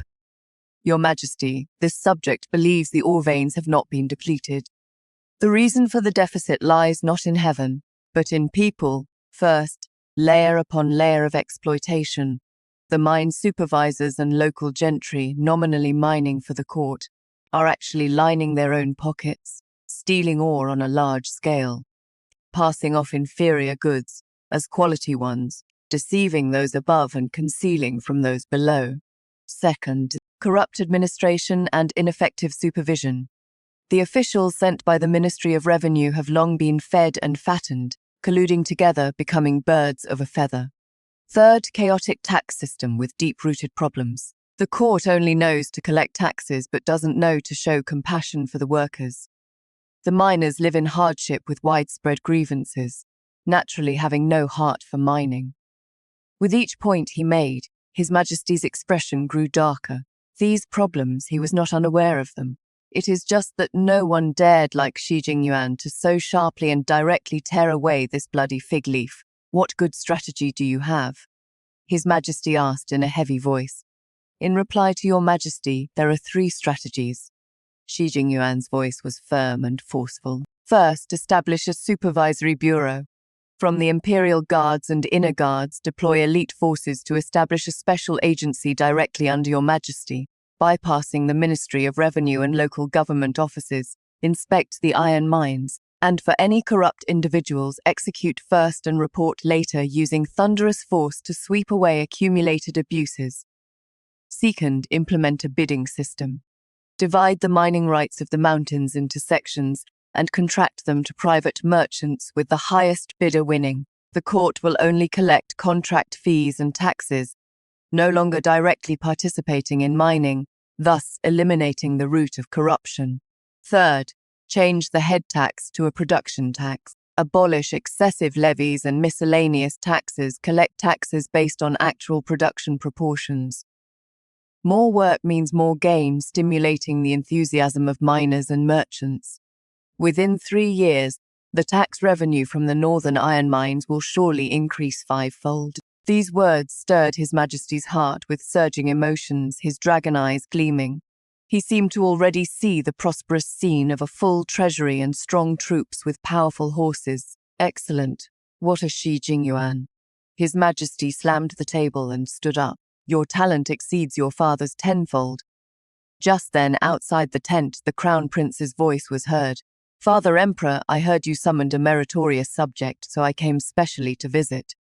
The Crown Prince lifted the curtain and walked in. He saw Shi Jingyuan, and a flash of jealousy and disdain crossed his eyes. He listened to the conversation between His Majesty and Shi Jingyuan and let out a cold laugh. Father Emperor, what this person says is all armchair strategizing. The matter of the northern iron mines involves extensive connections. If we act too hastily, I am afraid it will trigger local unrest, and the losses will outweigh the gains. The third prince also followed closely behind and walked in. What Crown Prince Imperial Brother says is very true. This son believes this matter still requires careful deliberation and gradual planning. They sang in harmony, seemingly prudent, but in reality were negating Shi Jingyuan's achievements. His Majesty's brows furrowed, but Shi Jingyuan remained calm and unhurried, cupping his hands toward the two princes. Crown Prince, third prince. As the saying goes, if you fail to act decisively when you should, you'll suffer the chaos that follows. The corruption in the northern iron mines is already like a festering disease in the bones. If we continue with gradual planning, I fear the illness will reach a terminal stage with no cure. As for unrest, Your Highness worries too much. He turned toward His Majesty. Your Majesty, the realm belongs to the common people, and even more so to Your Majesty. As long as it benefits the common people and fills the national treasury, with Your Majesty wielding the Emperor's sword, what is there to fear? His words rang with conviction, striking directly at His Majesty's heart. His Majesty looked at his two sons, a trace of disappointment flashing in his eyes. Then he looked at the young man before him, sharp and imposing yet possessing exceptional wisdom and strategy. In his heart a decision had already been made. He looked deeply at Shi Jingyuan. Write a detailed memorial on your policy proposal. After the winter hunt, I want to see it. This was no longer just a task, but rather an opportunity to prove himself in high society, an opportunity to show the entire world the talent of Shi Jingyuan. At the same time, capital city, Shi family's small courtyard, Uncle Fu hurriedly ran into the room. Young madam, there is a child at the door who left a note. I quickly took it and opened it. There were only 3 simple words. All is well. My heart finally settled back into my stomach. I walked to the window, gazing toward the western suburbs, revealing a relieved smile. Jingyuan, I know, the winds in this capital city are about to change, and you are the one who will stir up the storm. The news that Shi Jingyuan was summoned for a private audience with His Majesty spread throughout the entire hunting grounds as if it had wings. Overnight, everything turned upside down. The princes and high officials who had disdained him yesterday, when they saw him again today, all had faces full of enthusiastic yet reverent smiles. Young Master Sha, young and accomplished, with boundless prospects ahead. Young Master Sha, might you visit my humble abode another day? Those who had once looked down on him, scorned him, were now trying every means possible to curry favor with him. Wang Chong was even more scared out of his wits. He tried multiple times to come over and kowtow to Shi Jingyuan in apology, but Shi Jingyuan couldn't even be bothered to give him a proper glance. He just calmly walked past him. That kind of disregard made Wang Chong feel more fear and despair than any humiliation. The most embarrassing one was none other than my father, Shen Yuan. He approached several times, wanting to say a few words to Shi Jingyuan as his father-in-law. Jingyuan, you. Shi Jingyuan only gave him a faint glance, as if looking at a stranger. Minister Shen, is there something you need? A single Minister Shen instantly drew a clear boundary between them, distant and cold.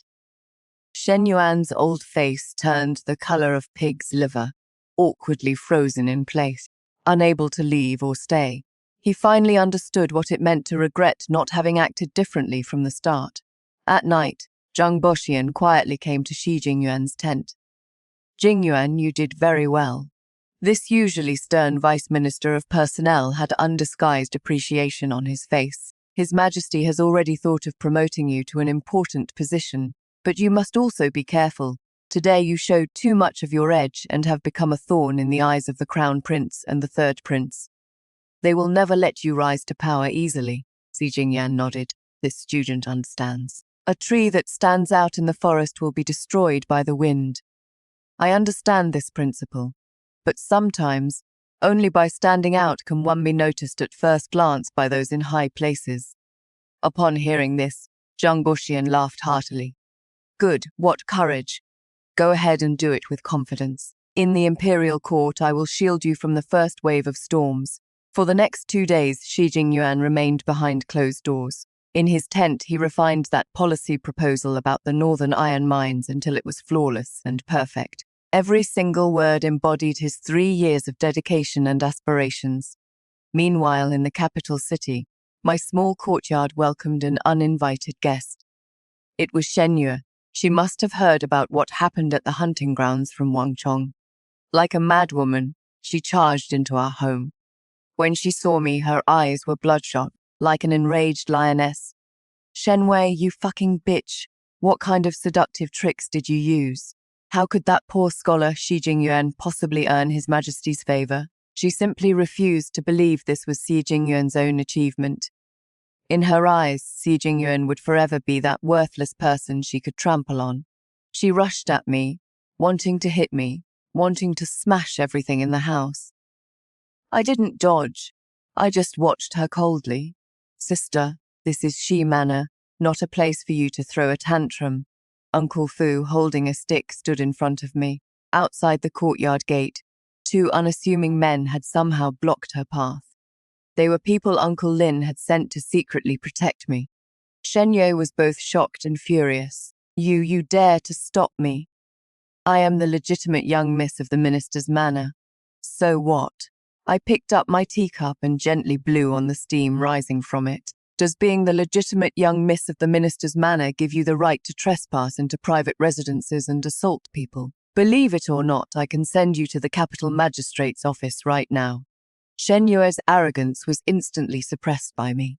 She looked at me, her eyes filled with disbelief. The me before her eyes was calm, composed, carrying an oppressive force that made her heart palpitate, no longer the weak concubine-born daughter who could be bullied at will by her. Shen Wei, don't get cocky, she shouted with feigned strength masking inner weakness. Just you wait when I marry young Master Wang. Young Master Wang? I interrupted her with a light laugh. Do you think that, after offending a future close minister of the Emperor, the Minister of Revenue's manor would still dare to take you as their daughter-in-law? Rather than yelling at me here, you'd better go back and think about your way out. My words were like a basin of ice water, pouring from head to toe, extinguishing all her flames. That is right. Shi Jingyuan was no longer what he used to be. The Wang family, in order to protect themselves, would be the first to sever ties with this troublemaker. Her greatest backer had fallen. Shen Yue was escorted out in a daze by those 2 men. I watched her retreating figure without a shred of pity in my heart. Some paths are chosen by oneself. Some bitter fruits must be tasted by her own self. 3 days later, the winter hunt ended. The imperial carriage returned to the palace.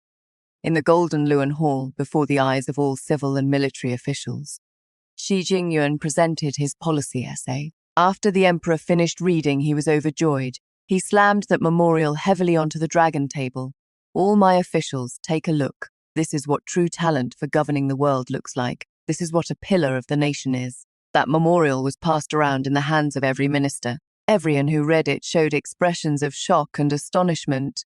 The crown prince and the third prince's faces turned ashen as death.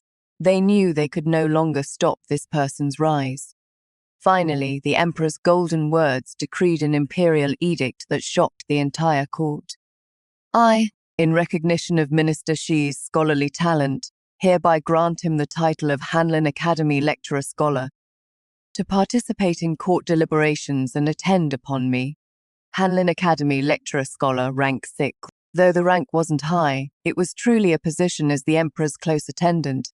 He could enter and leave the palace at any time and participate in the nation's highest level decisions. This was reaching heaven in a single step. Shen Yuan stood below the court hall, and upon hearing this imperial edict, felt the world spinning around him. His entire person was stunned. What he had pushed away with his own hands was actually an inexhaustible mountain of gold. The entire court hall fell silent as a grave. Everyone's eyes were focused on that young man in a brand new official robe, standing tall and straight like a pine tree. He stood there, neither servile nor overbearing, deep and steady as a mountain, as if he was born to belong in this place. I knew that from this moment on, the name Shi Jingyuan would resound throughout the entire realm, and our Shi family would also return to the pinnacle of glory under his leadership. On say the imperial edict was issued, the entire capital city was shaken. The minister's mansion had thoroughly become a laughingstock. Father Shen Yuan locked himself in his study for 3 days and 3 nights without coming out. When he came out, he seemed to have aged 10 years. The first thing he did was send people to our small courtyard with countless precious gifts, fine silks and satins, gold, silver and jewels, delicacies from land and sea. They piled up our tiny courtyard. The steward delivering the gifts smiled at me, his face full of wrinkles. Second young miss, oh no, Lady Shi. The master said that he was in the wrong before, that he was blind and wronged you and Lord Shi. These things are a small compensation from the master to you. The master also said that the gates of the minister's mansion will always be open to you. You can come home to visit any time. Looking at a courtyard full of things, I only felt it was utterly ironic. If you knew it would come to this, why did you do it in the first place? I had Uncle Fu return all the things exactly as they were. Tell Minister Shen, the Shi family doesn't lack anything. The threshold of his minister's manor is too high. I, a concubine's daughter, dare not set foot there again. The steward left in disgrace. When the news reached the minister's manor, father once again smashed his most beloved inkstone, and Shen Yue completely lost her mind. The Wang family, on the second day after the imperial edict came down, sent someone to break off the engagement. The reason was that Shen Yue had poor moral character and her virtue didn't match her position. Wang Chong avoided her even more, like avoiding the plague. All her hopes, all her pride vanished into nothing overnight. She locked herself in her room, neither eating nor drinking. I heard she became so thin that she was unrecognizable, no longer the same arrogant and domineering person as before. None of this had anything to do with me anymore. His Majesty bestowed a new manor, right on Duke Avenue, a grand estate with 3 courtyards, countless times larger than our previous small courtyard. On the plaque were 2 characters written in His Majesty's own hand. C Manor, the brushstrokes were vigorous and powerful, the presence magnificent. This was the highest honor on the day of the move. Vice Minister of Personnel Zhang Boxian personally sent people to deliver the plaque and gifts. All the prominent families in the capital city also sent people with gifts. At the entrance of Xie Manor, carriages and horses flowed endlessly. Guests filled the doorway. It was a world of difference from the desolation on my wedding day. Shi Jingyuan and I stood at the entrance of the new manor, watching it all. In my heart, I was filled with countless emotions. Where? He held my hand. We have a new home now. I nodded vigorously, my eyes growing moist. We have a home now. A new life began to unfold from this moment. Shi Jingyuan attended court every day, participating in government affairs. Each of his policy proposals directly addressed current problems, and hit the nail on the head.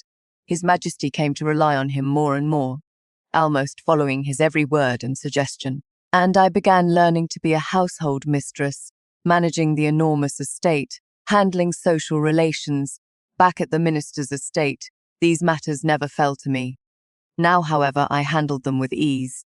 I also invited Madame Sue to the estate, making her the chief manager of our embroidery workshop. We partnered to open the most high-end embroidery workshop in the capital city, specializing in custom-made clothing and accessories for the royal family and nobility. With my unique 3 variations embroidery craftsmanship, the embroidery workshop's business flourished, earning fortunes daily. I was no longer that inner chamber woman who could only depend on her husband. I had my own career, my own confidence. My reputation gradually spread throughout the noble ladies' circles in the capital city. They no longer looked down on me because of my concubine-born status. Instead, they treated me with respect because of my talent and wealth. One day, news came from the palace. Her Majesty the Empress was going to hold a flower viewing banquet, inviting the families of all officials of 3rd rank and above in the capital to attend. My name was prominently on the list. This was my first time attending such a grand palace banquet as Madame Xi. It was also my first time having to confront head-on those who once looked down on me. I knew this banquet would be anything but peaceful. The factions of the Crown Prince and the 3rd Prince would surely try every means to embarrass Xi Jingyan and me. On the day of the banquet, I wore a moon-white long dress. On the hem, auspicious clouds in subtle patterns were embroidered with silver thread. Not ostentatious, yet exuding refinement and nobility everywhere. I didn't wear too many elaborate accessories, only in my hair. I placed at an angle a white jade hairpin that Xi Jingyan had personally carved for me. Gentle and elegant. When I entered the imperial garden, almost all eyes focused on me. There was curiosity, scrutiny, jealousy, and also disdain. I calmly met each gaze in return. Neither servile nor overbearing, composed and unhurried, a lavishly dressed lady walked toward me with a smile. She was the Crown Princess's younger sister, Madame Li. Oh my, is this Madame Xi? Her voice carried a hint of sarcasm. Truly, seeing once is better than hearing 100 times. You indeed have such fine bearing. I just wonder, does someone born as a concubine's daughter understand the rules of our palace? As soon as her words fell, suppressed snickering could be heard all around. This was an intimidation tactic, and also a humiliation directed at me. I looked at her and smiled slightly. That smile was bright, yet also cold. Lady Li, you jest. The rules, naturally, I understand them. It is just that the first rule I learned is disaster comes from the mouth. Some people, relying on being born of the legitimate wife, speak without restraint, carelessly slandering the families of court officials. I wonder whose family's rules are these. If this were to reach the ears of His Majesty and Her Majesty the Empress, I am afraid it wouldn't be as simple as just not understanding the rules, would it? My voice was light and calm, yet like a sharp blade. It pierced precisely into her heart. Lady Li's complexion instantly turned deathly pale. She never expected that my counterattack would be so fierce, so direct. The laughter around us came to an abrupt halt. Everyone's faces showed expressions of shock. They probably all assumed that I would be like all concubines' daughters, weak and submissive. They didn't expect that I was a rose with thorns. Whoever dares to reach out will get their hands covered in blood.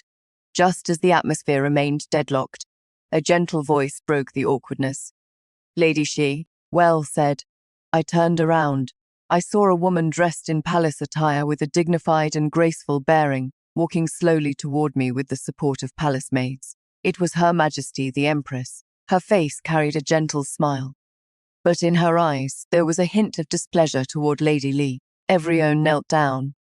We pay our respects to Her Majesty the Empress. Everyone rise. The Empress walked up to me and took my hand. This palace has heard that Lecturer Xi has a virtuous and accomplished wife. Seeing you today, you truly live up to your reputation. She looked at Lady Li, her tone growing cooler. Lady Xi is Lecturer Xi's wife, an officially conferred noble lady by His Majesty himself. Her status is quite distinguished. In the future, when you speak, you must mind your words. Yes, this subject's wife knows her error. Lady Li was so frightened she trembled all over, kneeling on the ground, not daring to lift her head. The Empress gently patted the back of my hand. Come, accompany this palace to sit over there. This palace has some private words I'd like to share with you. I followed the Empress and, under everyone's watchful eyes, sat in the seat next to the place of honor. It was one of the most prestigious seats in the entire venue. I saw the Crown Prince's consort's face turn as dark as the bottom of a pot, and I simply picked up my teacup and raised it to her in a distant toast. Then, I revealed a calm and carefree smile. The Empress's private words had hidden implications. She held my hand, seemingly making small talk, but in reality, every sentence was a warning and a probe. Where, I can see you are a smart and perceptive child. Having such a wise and capable wife like you is Jingyuan's blessing. It is just that in court, people's hearts are unfathomable, full of treacherous undercurrents. Jingyuan, he has an upright nature, too sharp-edged and easily offends people. From now on, you must advise him more. In all matters, one must know to hide one's talents and learn to be flexible. I understood the meaning behind her words. The Empress was on the Crown Prince's side. Her attempt to win me over today was both a gesture of goodwill and a warning. The goodwill was to get She Jingyuan to work for the Crown Prince. The warning was that if She Jingyuan refused to take a side, he would become the Crown Prince's enemy. I lowered my eyes, putting on an obedient appearance. Thank you for your guidance, Your Majesty. This subject's wife has taken note of everything. It is just that my husband's ambition is to serve the country and the people, to share His Majesty's burdens. As for the disputes in court, we husband and wife have no intention of participating. We only wish to fulfill our duties properly. My answer was watertight, neither accepting nor refusing, kicking the ball back to her. The Empress looked at me, gazed deeply for a long time. In the end, she only smiled. You really are a little slippery one. The flower viewing banquet ended in an atmosphere of undercurrents surging beneath the surface. When I returned home, I told She Jingyuan everything that happened in the palace, down to every last detail. After hearing it all, he only let out a cold laugh. They're starting to lose their composure. Jingyuan, so what do you plan to do? I asked worriedly. The Crown Prince and the Third Prince are neither wise rulers. I, She Jingyuan, have only ever been loyal to His Majesty and the common people of this realm. As for taking sides, I won't stand with anyone's faction. His eyes were as firm as iron. I will form my own faction. Looking at him, my heart filled with pride. This is my husband. His heart encompasses the realm. His character stands above all. A few days later, an imperial edict came down once again. His Majesty established the Northern Iron Mine Administration Bureau, fully responsible for the reorganization of the iron mines, and the chief official of this bureau was none other than She Jingyuan. Moreover, His Majesty bestowed upon him a golden tablet bearing the words, as if I were present in person. He could act first and report later, and mobilize local garrison troops. This imperial edict was tantamount to dropping a bombshell in the imperial court. Everyone knew that She Jingyuan, His Majesty's sharpest blade, was finally about to be unsheathed, and the first to be cut down would be those deeply entrenched interest groups occupying the northern iron mines.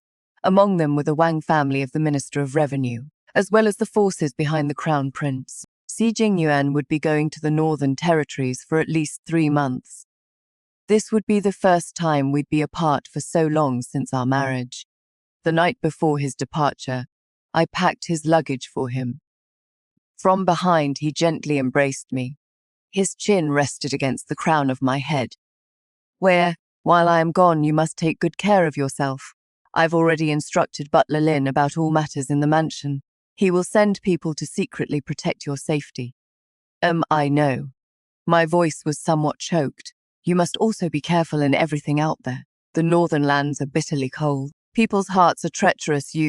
Don't worry, he interrupted me, turned my body around to face him. For you, I will surely return safely.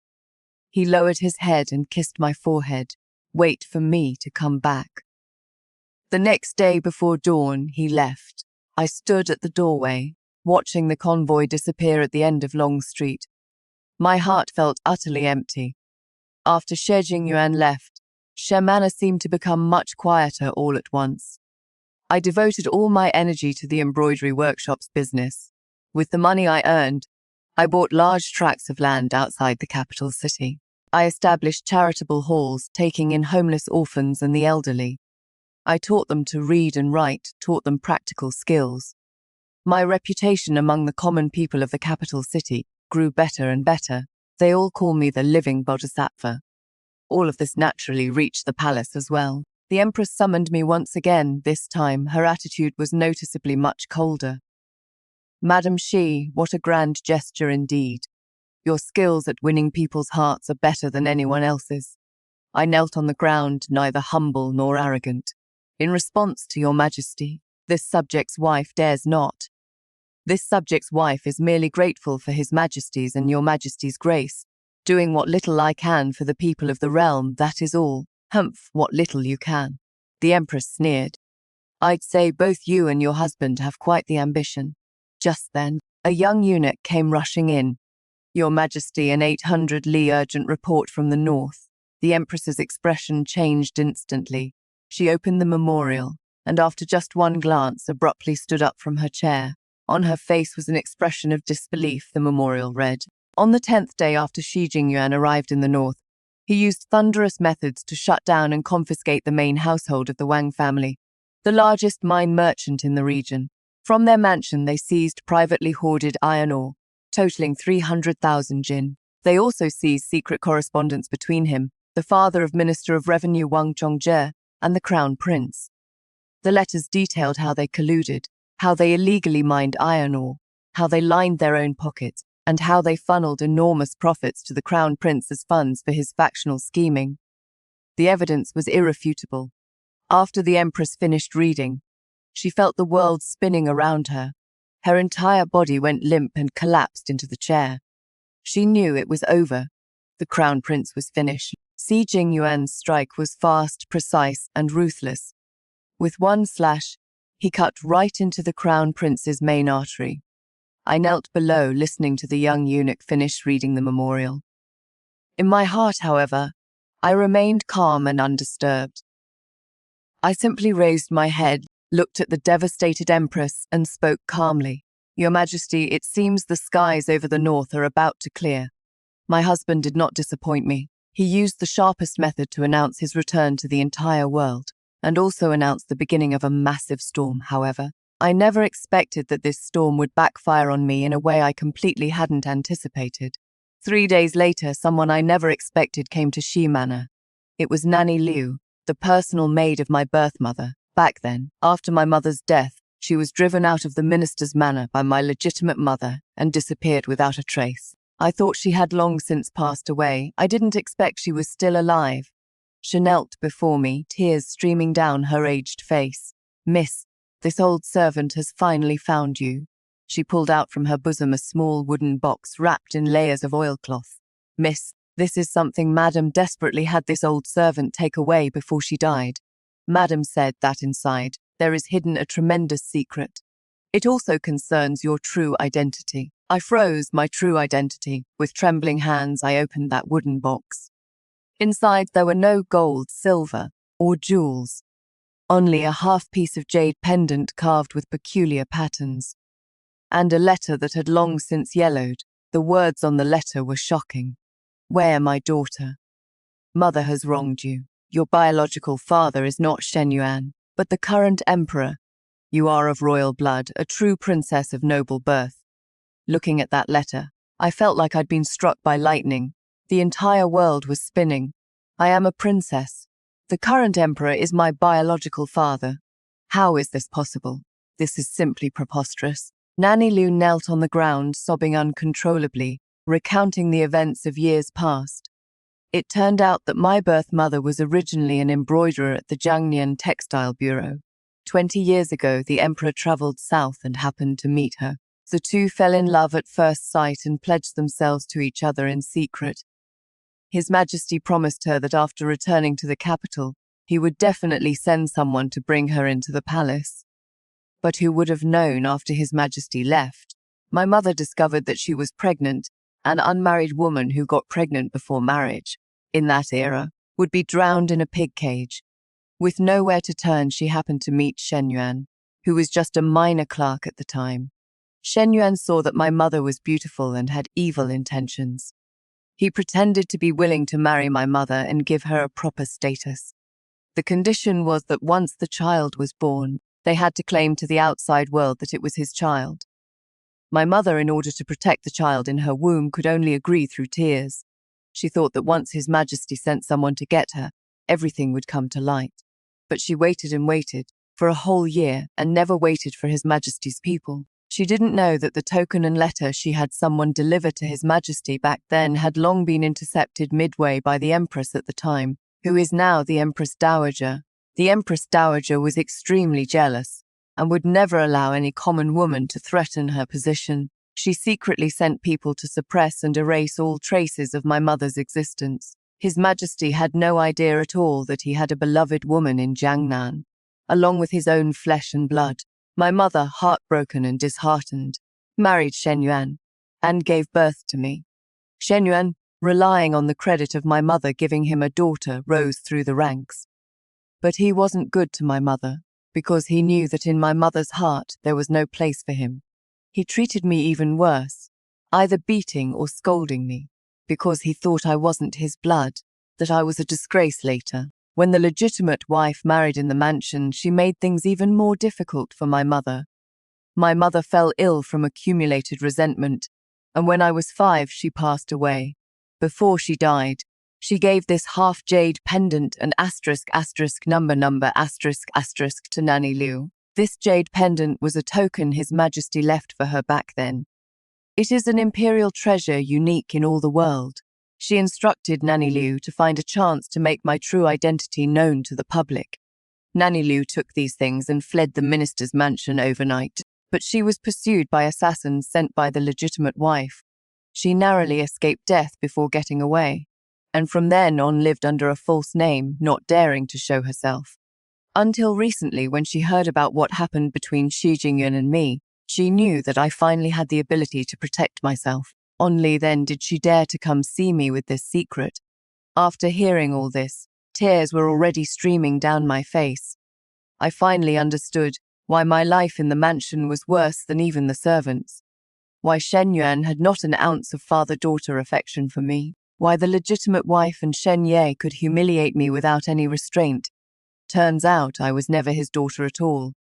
I was just a pawn he used to curry favor with the powerful and rise to success like Qing Yun. I gripped that half-jade pendant tightly. The jade pendant was ice cold. My heart was even colder. Granny Liu, all these years you've worked so hard. I helped her to her feet. Miss, what do you plan to do? She asked me worriedly. Once this secret is revealed, I am afraid it will cause a huge uproar. I wiped away my tears, my eyes becoming incredibly resolute. I must avenge this. The Shen family owes my mother and me, and I will make them pay back 100, 1,000 times over. And the Empress Dowager, she killed my mother.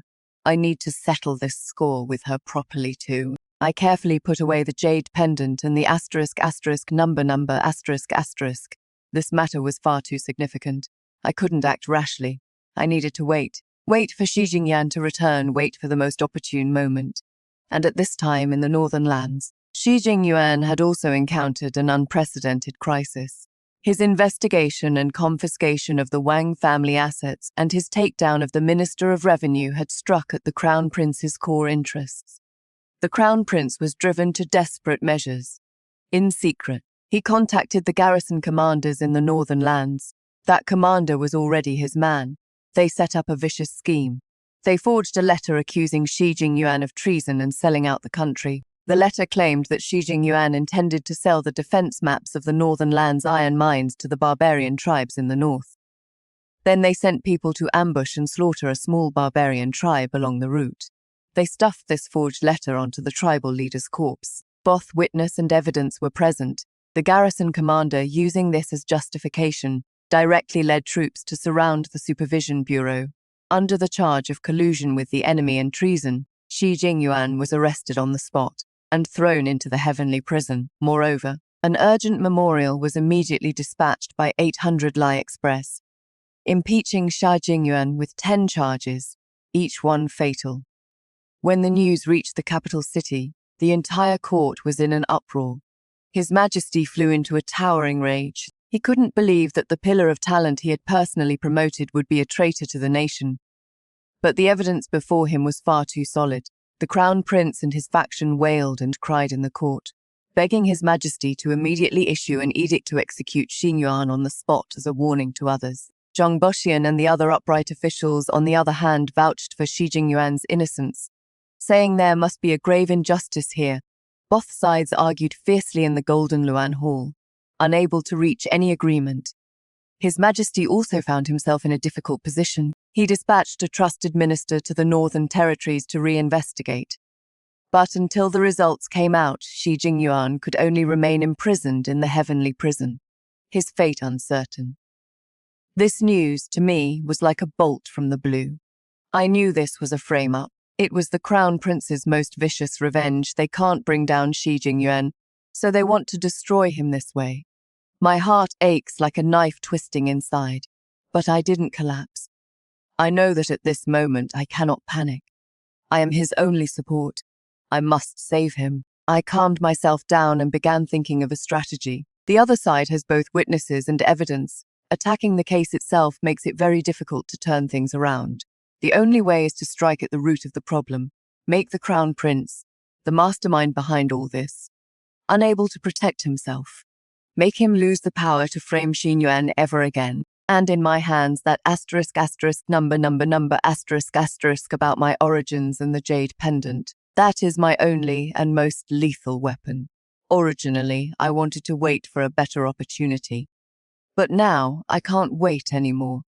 To save my husband, I must take this dangerous move. I made the boldest and most insane decision. I will storm the palace. I will have an audience with His Majesty. I will do the blood recognition ritual. I will reveal the truth from 20 years ago to the world. I will make all those who harmed us mother and daughter, who harmed my husband, pay the most painful price. I changed into plain clothes, took Nanny Liu with me, along with that number jade pendant. I got on the carriage and arrived at the palace gate. I didn't go through the normal announcement procedures. I had the coachman directly strike the Denwen drum at the palace gate entrance. The Denwen drum can only be struck by those with grievances as great as the heavens. Once struck, its sound is heard by heaven, reaching the emperor's ears directly. The drum sounded boom, boom, heavy and mournful. It echoed throughout the entire Forbidden City. I knew that from the moment I struck this drum, there was no turning back for me. Either succeed or die trying. The Denwen drum sounded shocking all under heaven. That dull and oppressive drumming, like a heavy hammer, struck upon everyone's heart. The palace gates opened wide. Countless imperial guards surged out like a tide, surrounding my carriage so tightly not even water could pass through. Swords and spears unsheathed, their cold light piercing. The Imperial Guard's commander at the front had a face full of murderous intent. Who dares make such a commotion here and disturb His Majesty? Do you have a death wish? I lifted the carriage curtain, supporting old Madame Liu's hand, and slowly stepped down. I wore plain white clothes, my expression calm. Facing those hundreds of scrutinizing gazes, I had not the slightest fear. Commoner woman Shen Wei has a grievance as great as the heavens and requests an audience with the emperor. My voice was not loud, yet it clearly reached everyone's ears. Shen Wei. The commander was stunned for a moment, clearly having heard this name before. It was precisely that Madame Xi, whose fame had recently risen in the capital city, also the wife of that Xi Jingyuan who was caught up in the major case of colluding with enemies and treason. His gaze became complicated. Madame Xi, do you know what grave offense it is to strike the petition drum? If there is no grievous injustice, it will result in the execution of your entire household. I know, I answered calmly. Today I have come with the resolve to die. The injustice I report is not only related to my husband's innocence, it is even more related to a case of imperial bloodshed that has been sealed away for 20 years. Imperial bloodshed. These 4 words were like a clap of thunder, making everyone present feel their scalps tingle. The face of the Imperial Guard's commander instantly turned deathly pale. He knew this matter was already beyond what he could handle. He dared not delay and immediately dispatched someone to rush into the palace to report to His Majesty. Soon an imperial decree came from the palace. Summon the woman of the Shen clan to enter the hall for an audience. I straightened my clothes, and under countless watching gazes, step by step, I ascended those white jade stone steps leading to the pinnacle of power. Old Mama Liu followed closely behind me. In her bosom, she carried that wooden box that could decide the fates of countless people. The Golden Luan Hall, solemn and dignified. Officials lined up on both sides.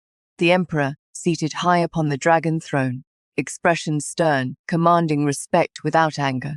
I knelt on the cold floor tiles and performed the grand ceremony. Commoner woman Shen Wei pays respects to your majesty. The Emperor's gaze, like a great mountain, pressed down upon me. Miss Shen, what grievance do you have that you dare strike the denunciation drum?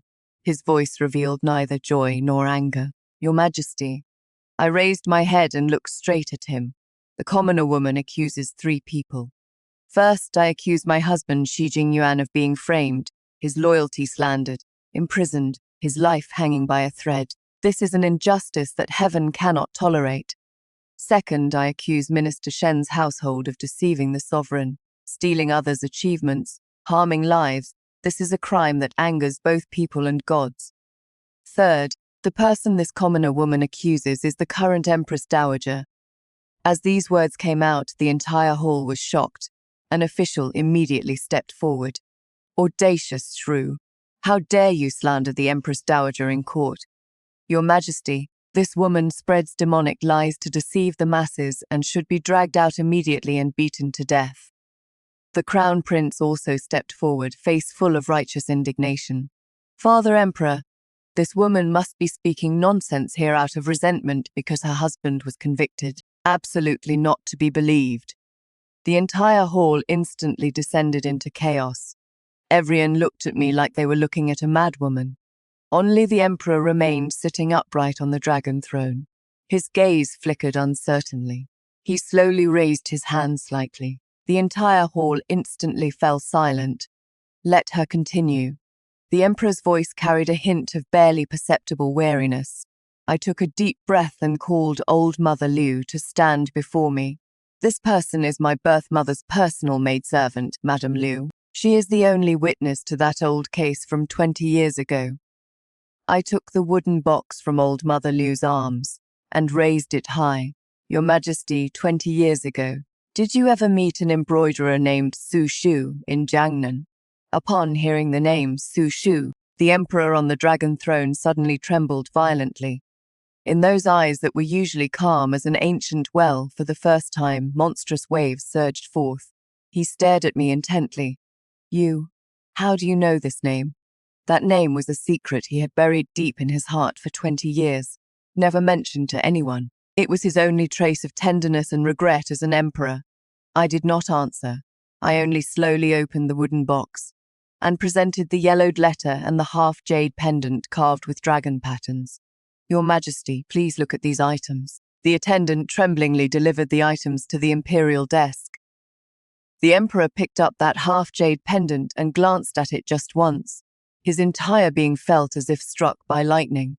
His hands began to tremble uncontrollably. He pulled out the other half of the jade pendant from around his neck. The 2 jade pendants came together.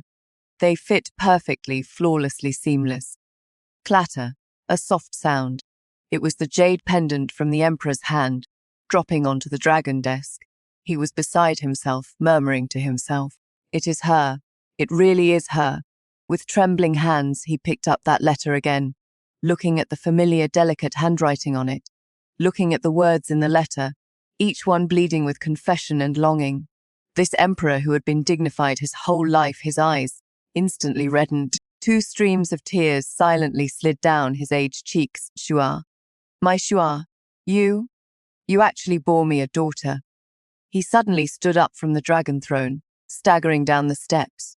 He walked before me and crouched down. With a pair of hands trembling uncontrollably, he wanted to touch my cheek but didn't dare. "You are my daughter. Are you truly my flesh and blood daughter?"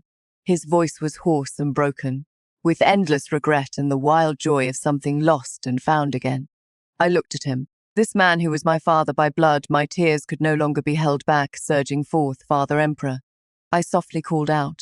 This single call of Father Emperor seemed to use up all the strength of my entire life and completely crushed the last psychological defense of this emperor. He pulled me tightly into his embrace. My daughter, this emperor's good daughter. It is Father Emperor who wronged you, mother and daughter. It is Father Emperor who came too late. He held me, crying like a child. The entire Golden Luan Hall fell deathly silent. All the princes and ministers were dumbstruck, petrified on the spot. The crown prince's face was ashen, his legs went weak, and he collapsed to the ground. He knew that everything was over. A father-daughter reunion 20 years overdue was playing out in the Golden Luan Hall in the most shocking way possible. The emperor lost his composure, the officials lost their voices. The entire center of power in the realm fell into unprecedented stagnation.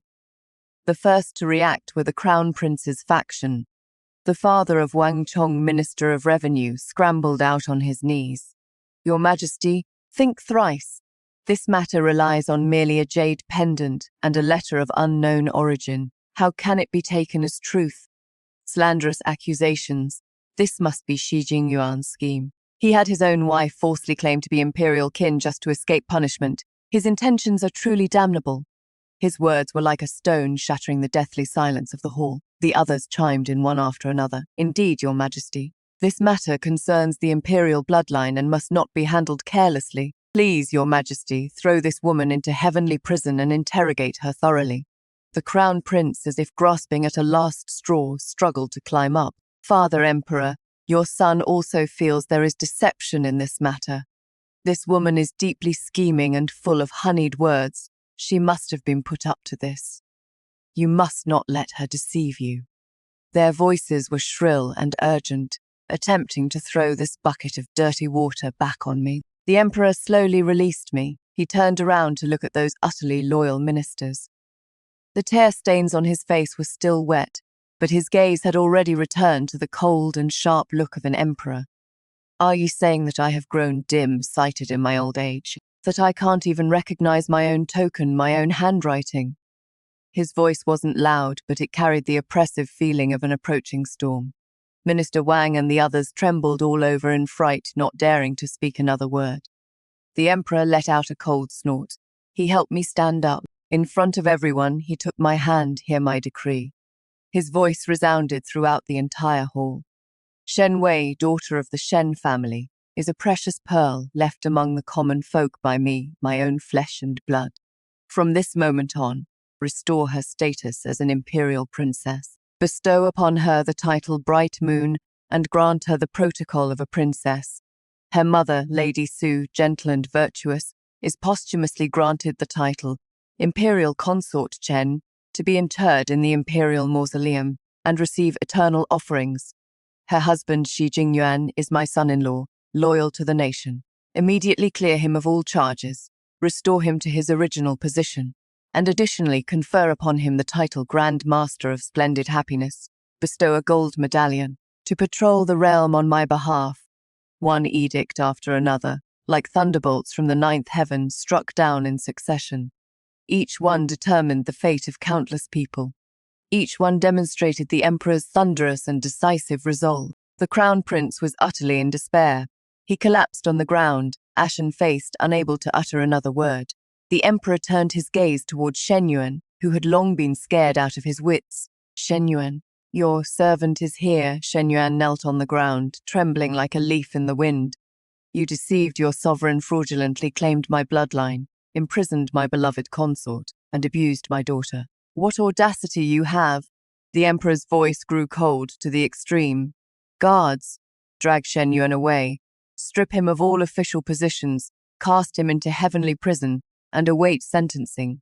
The entire Shen family. Take them all into custody and interrogate them thoroughly. Yes, the imperial guards rushed forward and dragged Shen Yuan out like dragging a dead dog.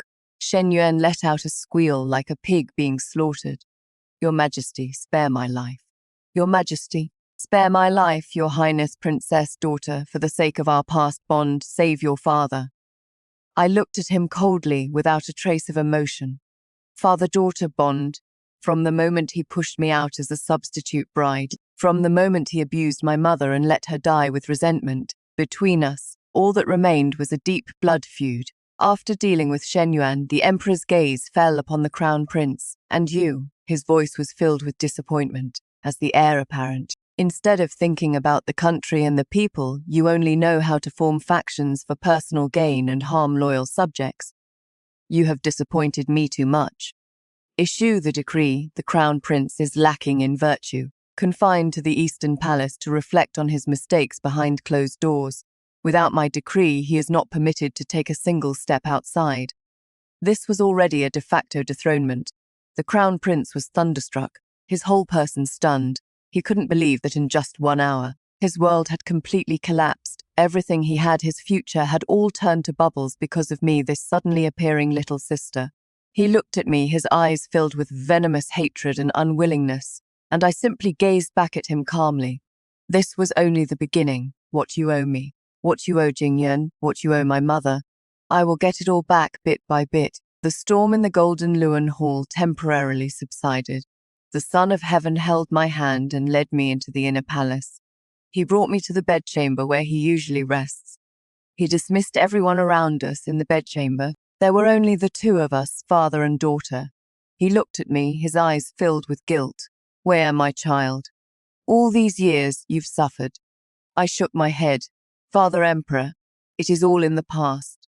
No, it is not in the past.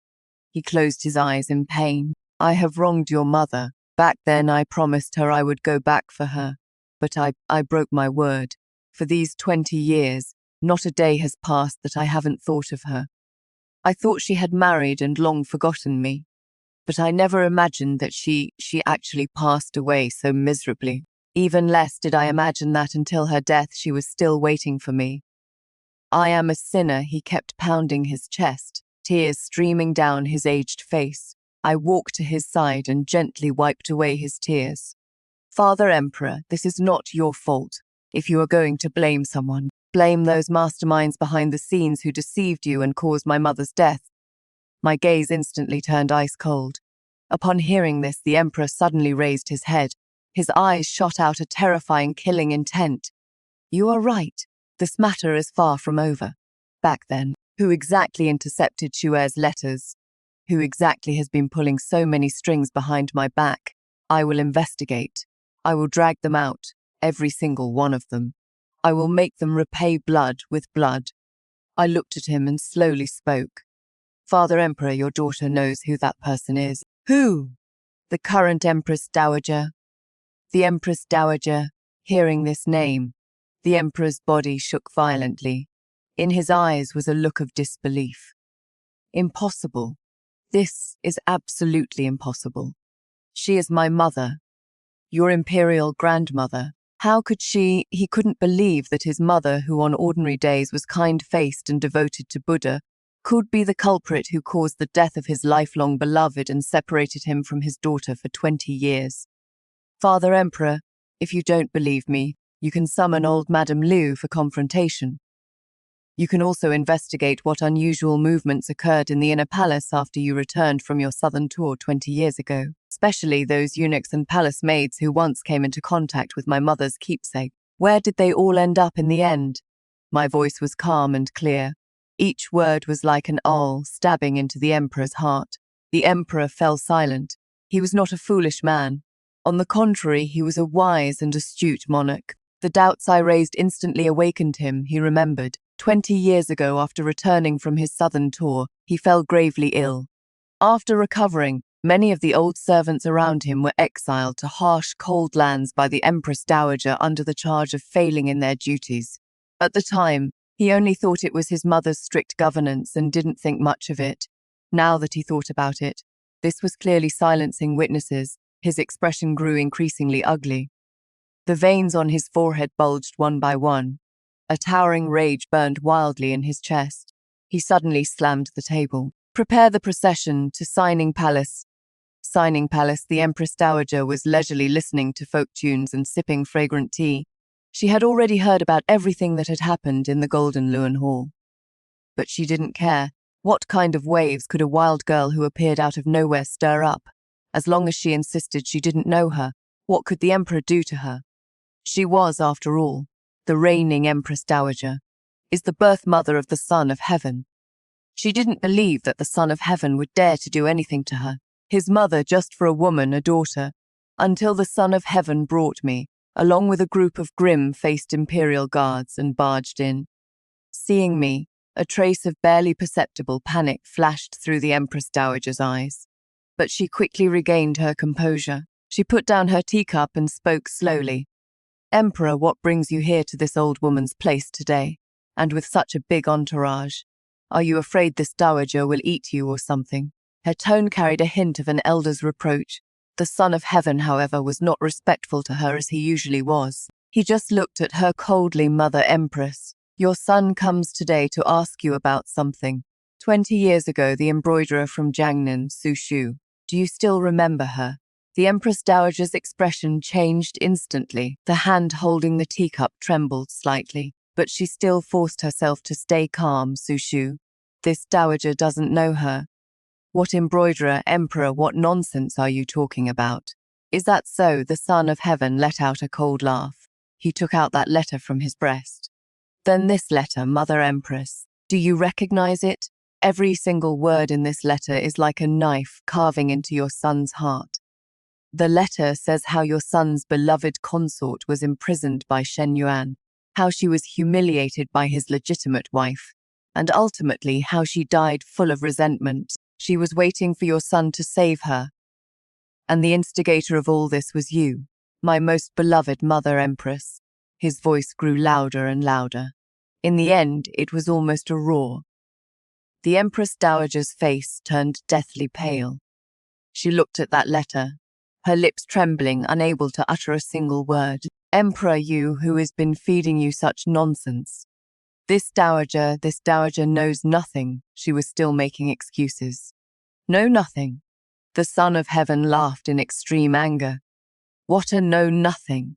Someone, bring me the list of all palace servants who were transferred out from Signing Palace back then. I will interrogate them one by one. I refuse to believe I can't pry open their mouths." The Empress Dowager panicked completely. She knew the Son of Heaven was serious this time. Once those old servants were found, the events of those years could no longer be concealed. She looked at the Son of Heaven, a trace of venomous hatred flashing in her eyes. "Emperor, are you really going to interrogate your own birth mother over someone who has been dead for 20 years? Do you even have me, your mother and Empress Dowager, in your eyes? Do you have no sense of filial piety and propriety? Aren't you afraid that people all over the world will point at your spine in condemnation?" She began to use filial piety to pressure him. This was her last and most powerful weapon. However, this time she miscalculated. The Emperor looked at her, his eyes showing not the slightest bit of emotion, only endless disappointment and coldness. "Mother, you want to talk to me about filial piety?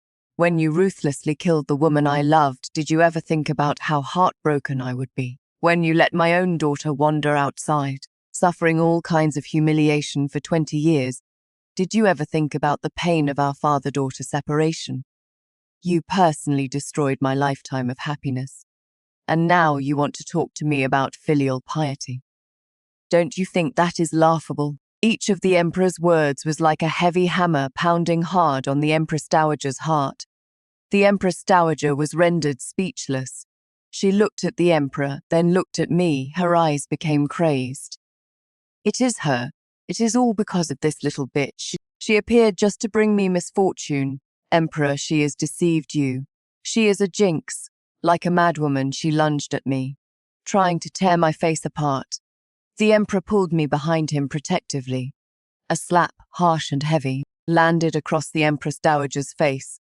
Smack! A crisp sound rang out. The entire Signing Palace fell silent. The Empress Dowager covered her face, looking at the Emperor in disbelief. She never imagined that he would actually dare to hit her. You hit me. For this bastard child. You actually hit me. What I struck was a vicious woman, a murderer." The Emperor's voice was cold as ice. "From this day forward, you will remain in this Signing Palace, and properly atone for the sins you've committed by fasting and chanting Buddha's name. Without my decree, you are not permitted to step out even once. Guards seal off Signing Palace, detain all palace servants, await interrogation. Yes. The imperial guards rushed in. They surrounded Signing Palace so tightly not even water could leak through. The Empress Dowager collapsed to the ground, letting out a wail of despair. She knew that her life was over.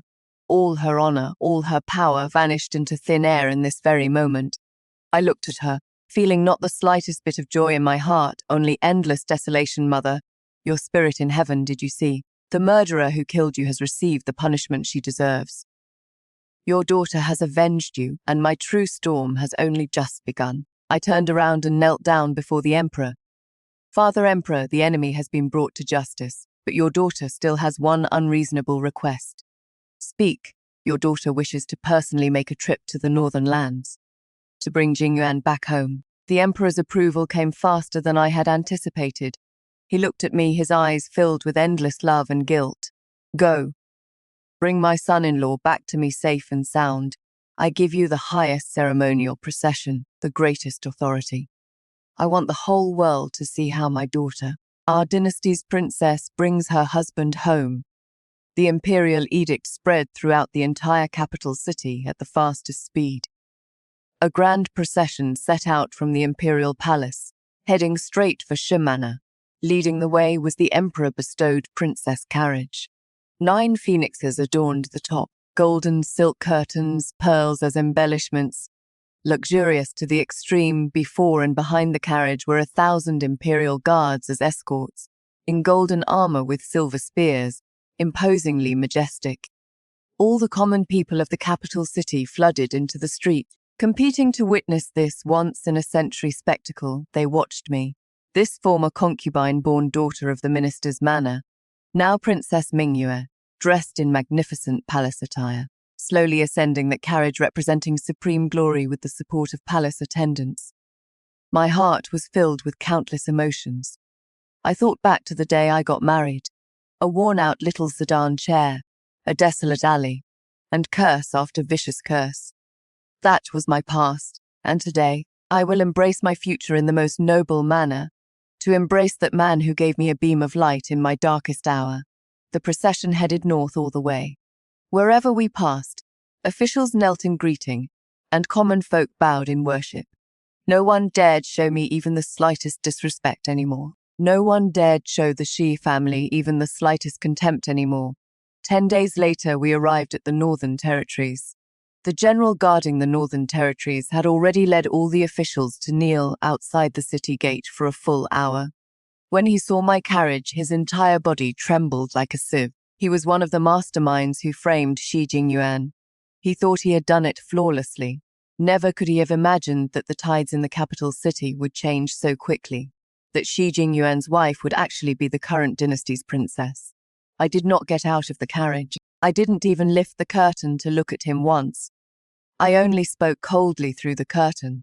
Where is Shi Jingyuan imprisoned? My voice was not loud, yet it scared that general out of his wits. We're replying to your highness. In the heavenly prison of the Northern Territories, lead the way.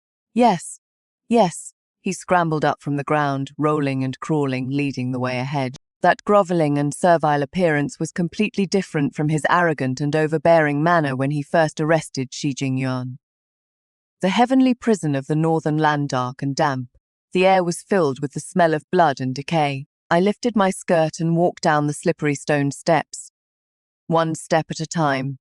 The imperial guards had surrounded the entire heavenly prison so tightly that not even water could leak through.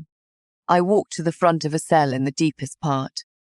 Through the dim firelight I saw him, my husband, Shi Jingyuan. He was wearing prison clothes, his body bound with shackles. He was so gaunt he was barely recognizable, his cheeks sunken in. But he still sat up straight. His spine didn't have the slightest curve, as if all the suffering in this world could not break him down. Hearing footsteps, he slowly raised his head. When he saw me, his whole body froze. In his eyes there was first confusion, then wild joy, and then it turned into deep worry. He thought he was having a hallucination. Where? He called out tentatively. His voice was terribly hoarse. How can you be here? Leave quickly, it is dangerous here, he struggled, trying to stand up, but was pulled back by the heavy shackles.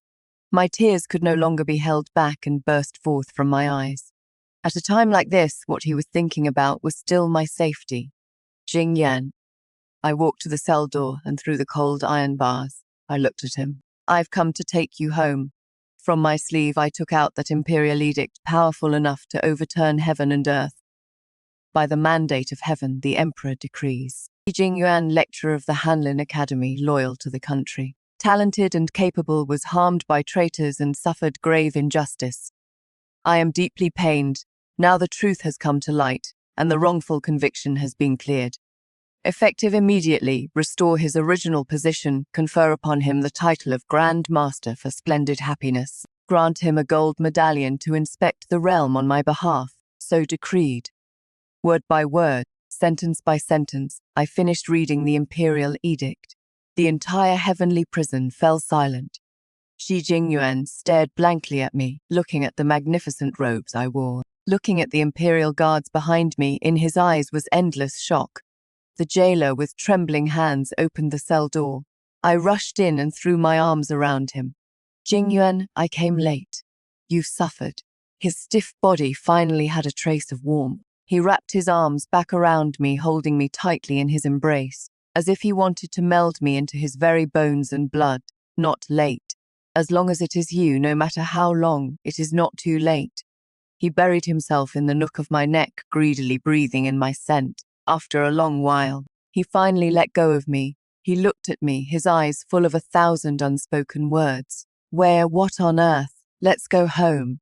I interrupted him, taking his hand. Let's go home. On the way, I'll tell you everything slowly. I took his hand and walked out of that prison cell where darkness reigned eternally. The sunlight outside was just right. It shone on us, warm and bright. That general who guards the north, and all the related officials, were all kneeling on the ground, their faces ashen. I paid them no mind. Their fate would be decided by my imperial father's law. I helped Shi Jingyuan onto that magnificently gorgeous princess carriage. The carriage curtain slowly fell, shutting out all the darkness and filth. The carriage slowly started moving, heading in the direction of the capital city.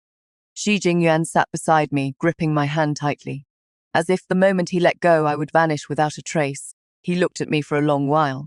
Finally, he asked that question he most wanted to know. Wei, what exactly happened in the capital city? Why are they calling you Your Highness the Princess?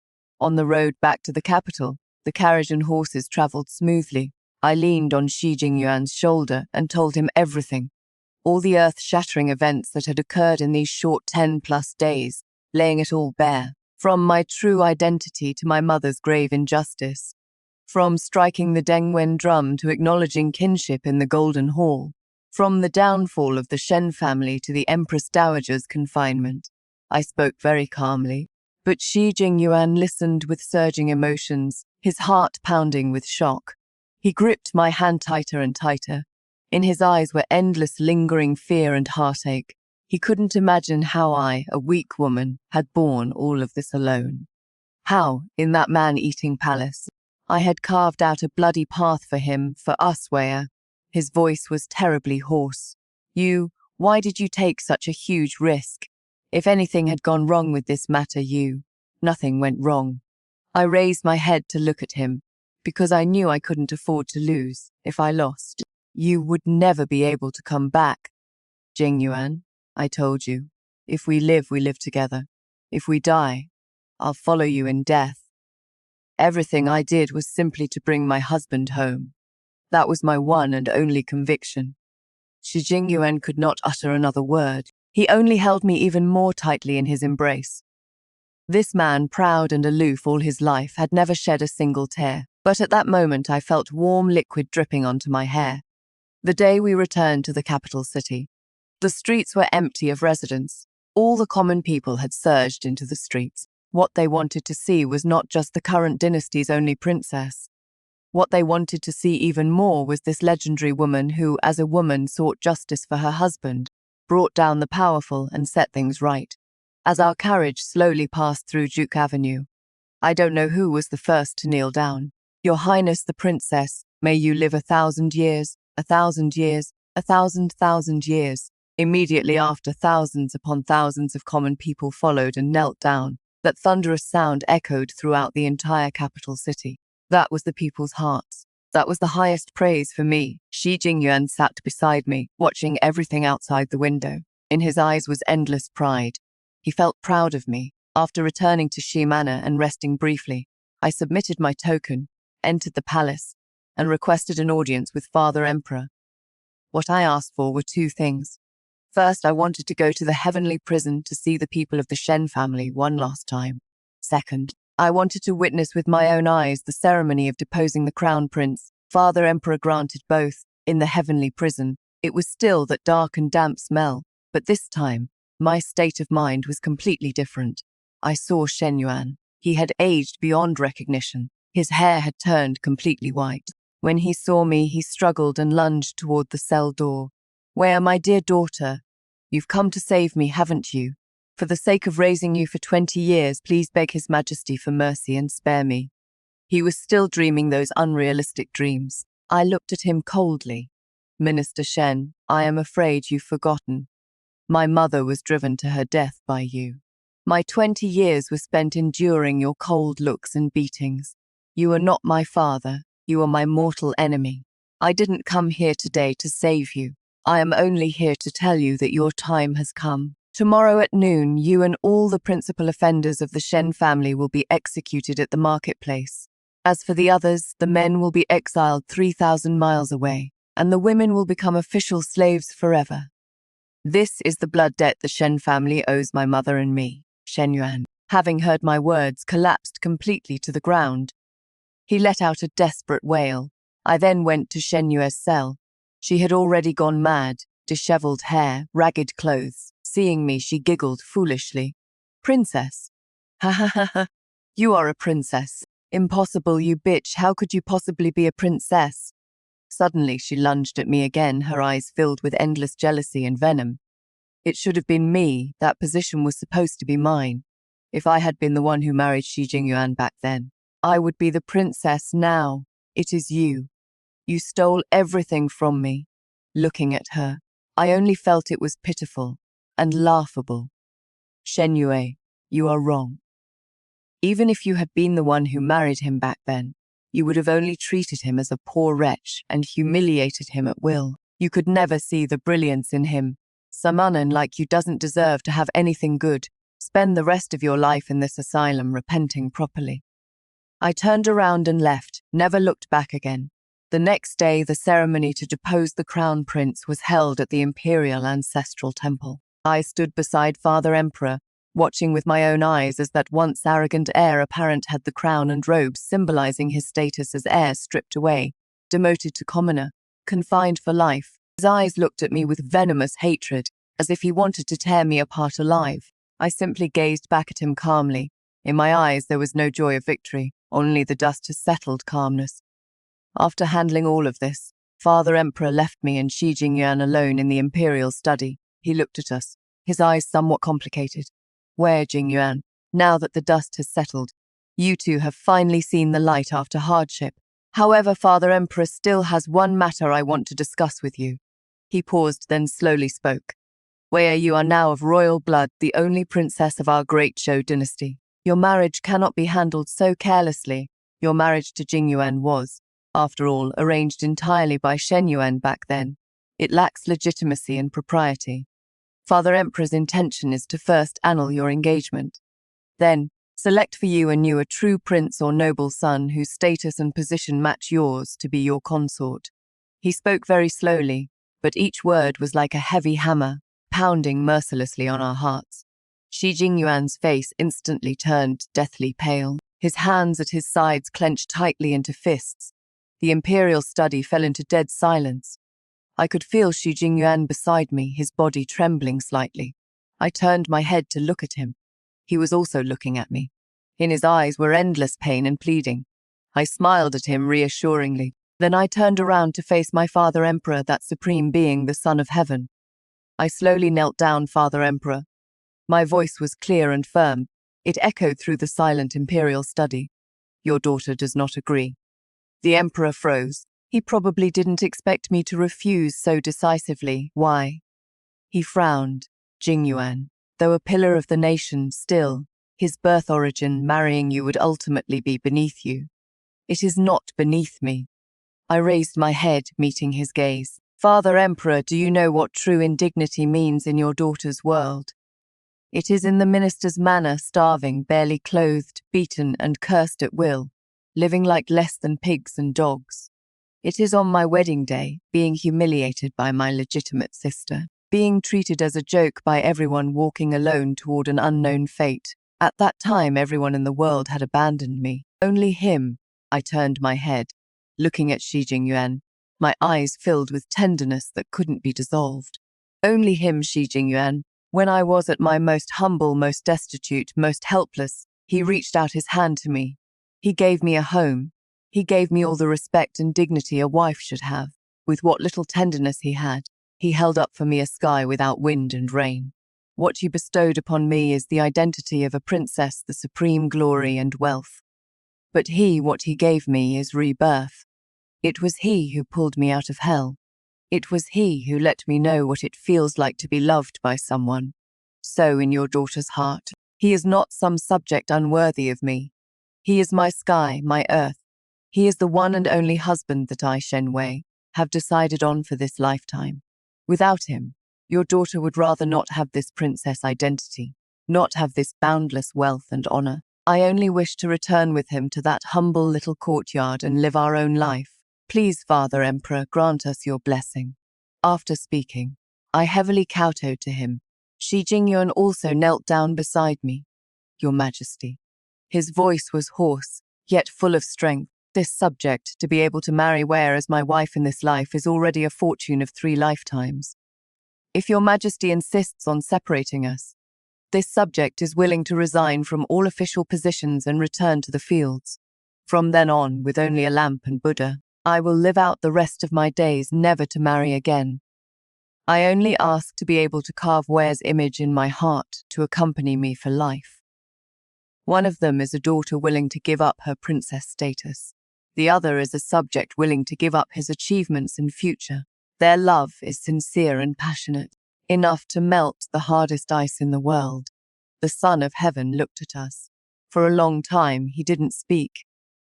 His eyes once again reddened. He remembered. Him and Su Shu remembered. That time of theirs, the love that was torn apart by status, by power, remembered. Those 20 years, the longing and regret. Deep in his bones, he didn't want his daughter to repeat his mistakes. Forget it, forget it. He let out a long sigh, descended from the dragon throne, and personally helped us up. It is I who was foolish. It is I who almost once again did something that would make me regret for the rest of my life. Good children you are, both good children. He patted Shi Jingyuan on the shoulder.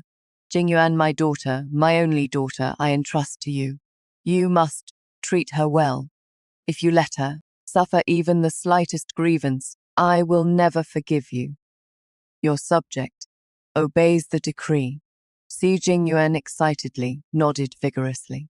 Your subject vows on his life, this life and this world, will never betray Mingyue. The storm thus subsided. The emperor immediately issued an edict conferring upon Shi Jingyuan the title of Duke of National Support, concurrently holding the position of Grand Tutor, and decreed for Princess Mingyue and the Duke of National Support to hold a wedding the most grand in all of history, to let all under heaven come witness their love. On the wedding day, the red wedding procession stretched 10 li from Shi Manor all the way to the Imperial Palace.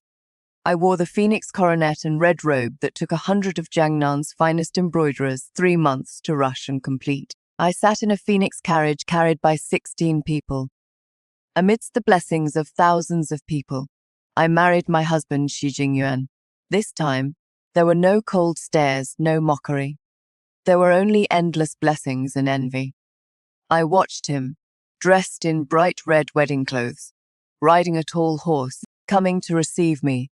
On his face was an irrepressible, radiant smile. All gazes met in the air, as if crossing thousands of mountains and rivers, as if going through 3 lifetimes.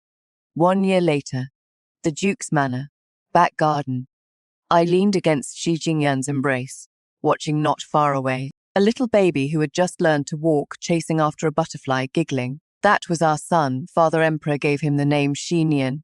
Nian as in longing. What are you thinking about? Shi Jingyuan gently draped a cloak over me. I smiled. I am thinking if there is a next life, I hope to meet you at first sight. That way I won't have to suffer so much. He held me even tighter. It won't happen again. Whether it is this life or the next, I will never let you suffer even the slightest bit again. We will be together forever and ever. The sunshine is just right. The breeze is gentle. Time is peaceful and good. This is my best ending, me, Shen Wei, once a concubine-born daughter, now a princess. Everyone. This is the complete framework of what I call spring-style narrative. The strategic logic of the entire story can be summarized as: true counterattack isn't about winning within the opponent's game rules, but directly rewriting the game rules themselves. When creating this system, I followed a 4-stage logic of suppression: accumulates potential energy, discover hidden resources, systematic reorganization, rule-level domination. Every step Wei takes seems passive, but is actually preparing for the final dimensional ascension. Shen Yue's pairing a concubine-born daughter with a pauper ultimately becomes the biggest irony, because she never understood the true value assessment system. From a data perspective, this combination of identity reversal plus strategic counterattack typically achieves completion rates above 85% on platforms, because it simultaneously satisfies readers' 2 core needs: fairness, compensation, and intellectual superiority. Keep following Maggie Liu. Next episode will deconstruct more advanced techniques of systematic reversal,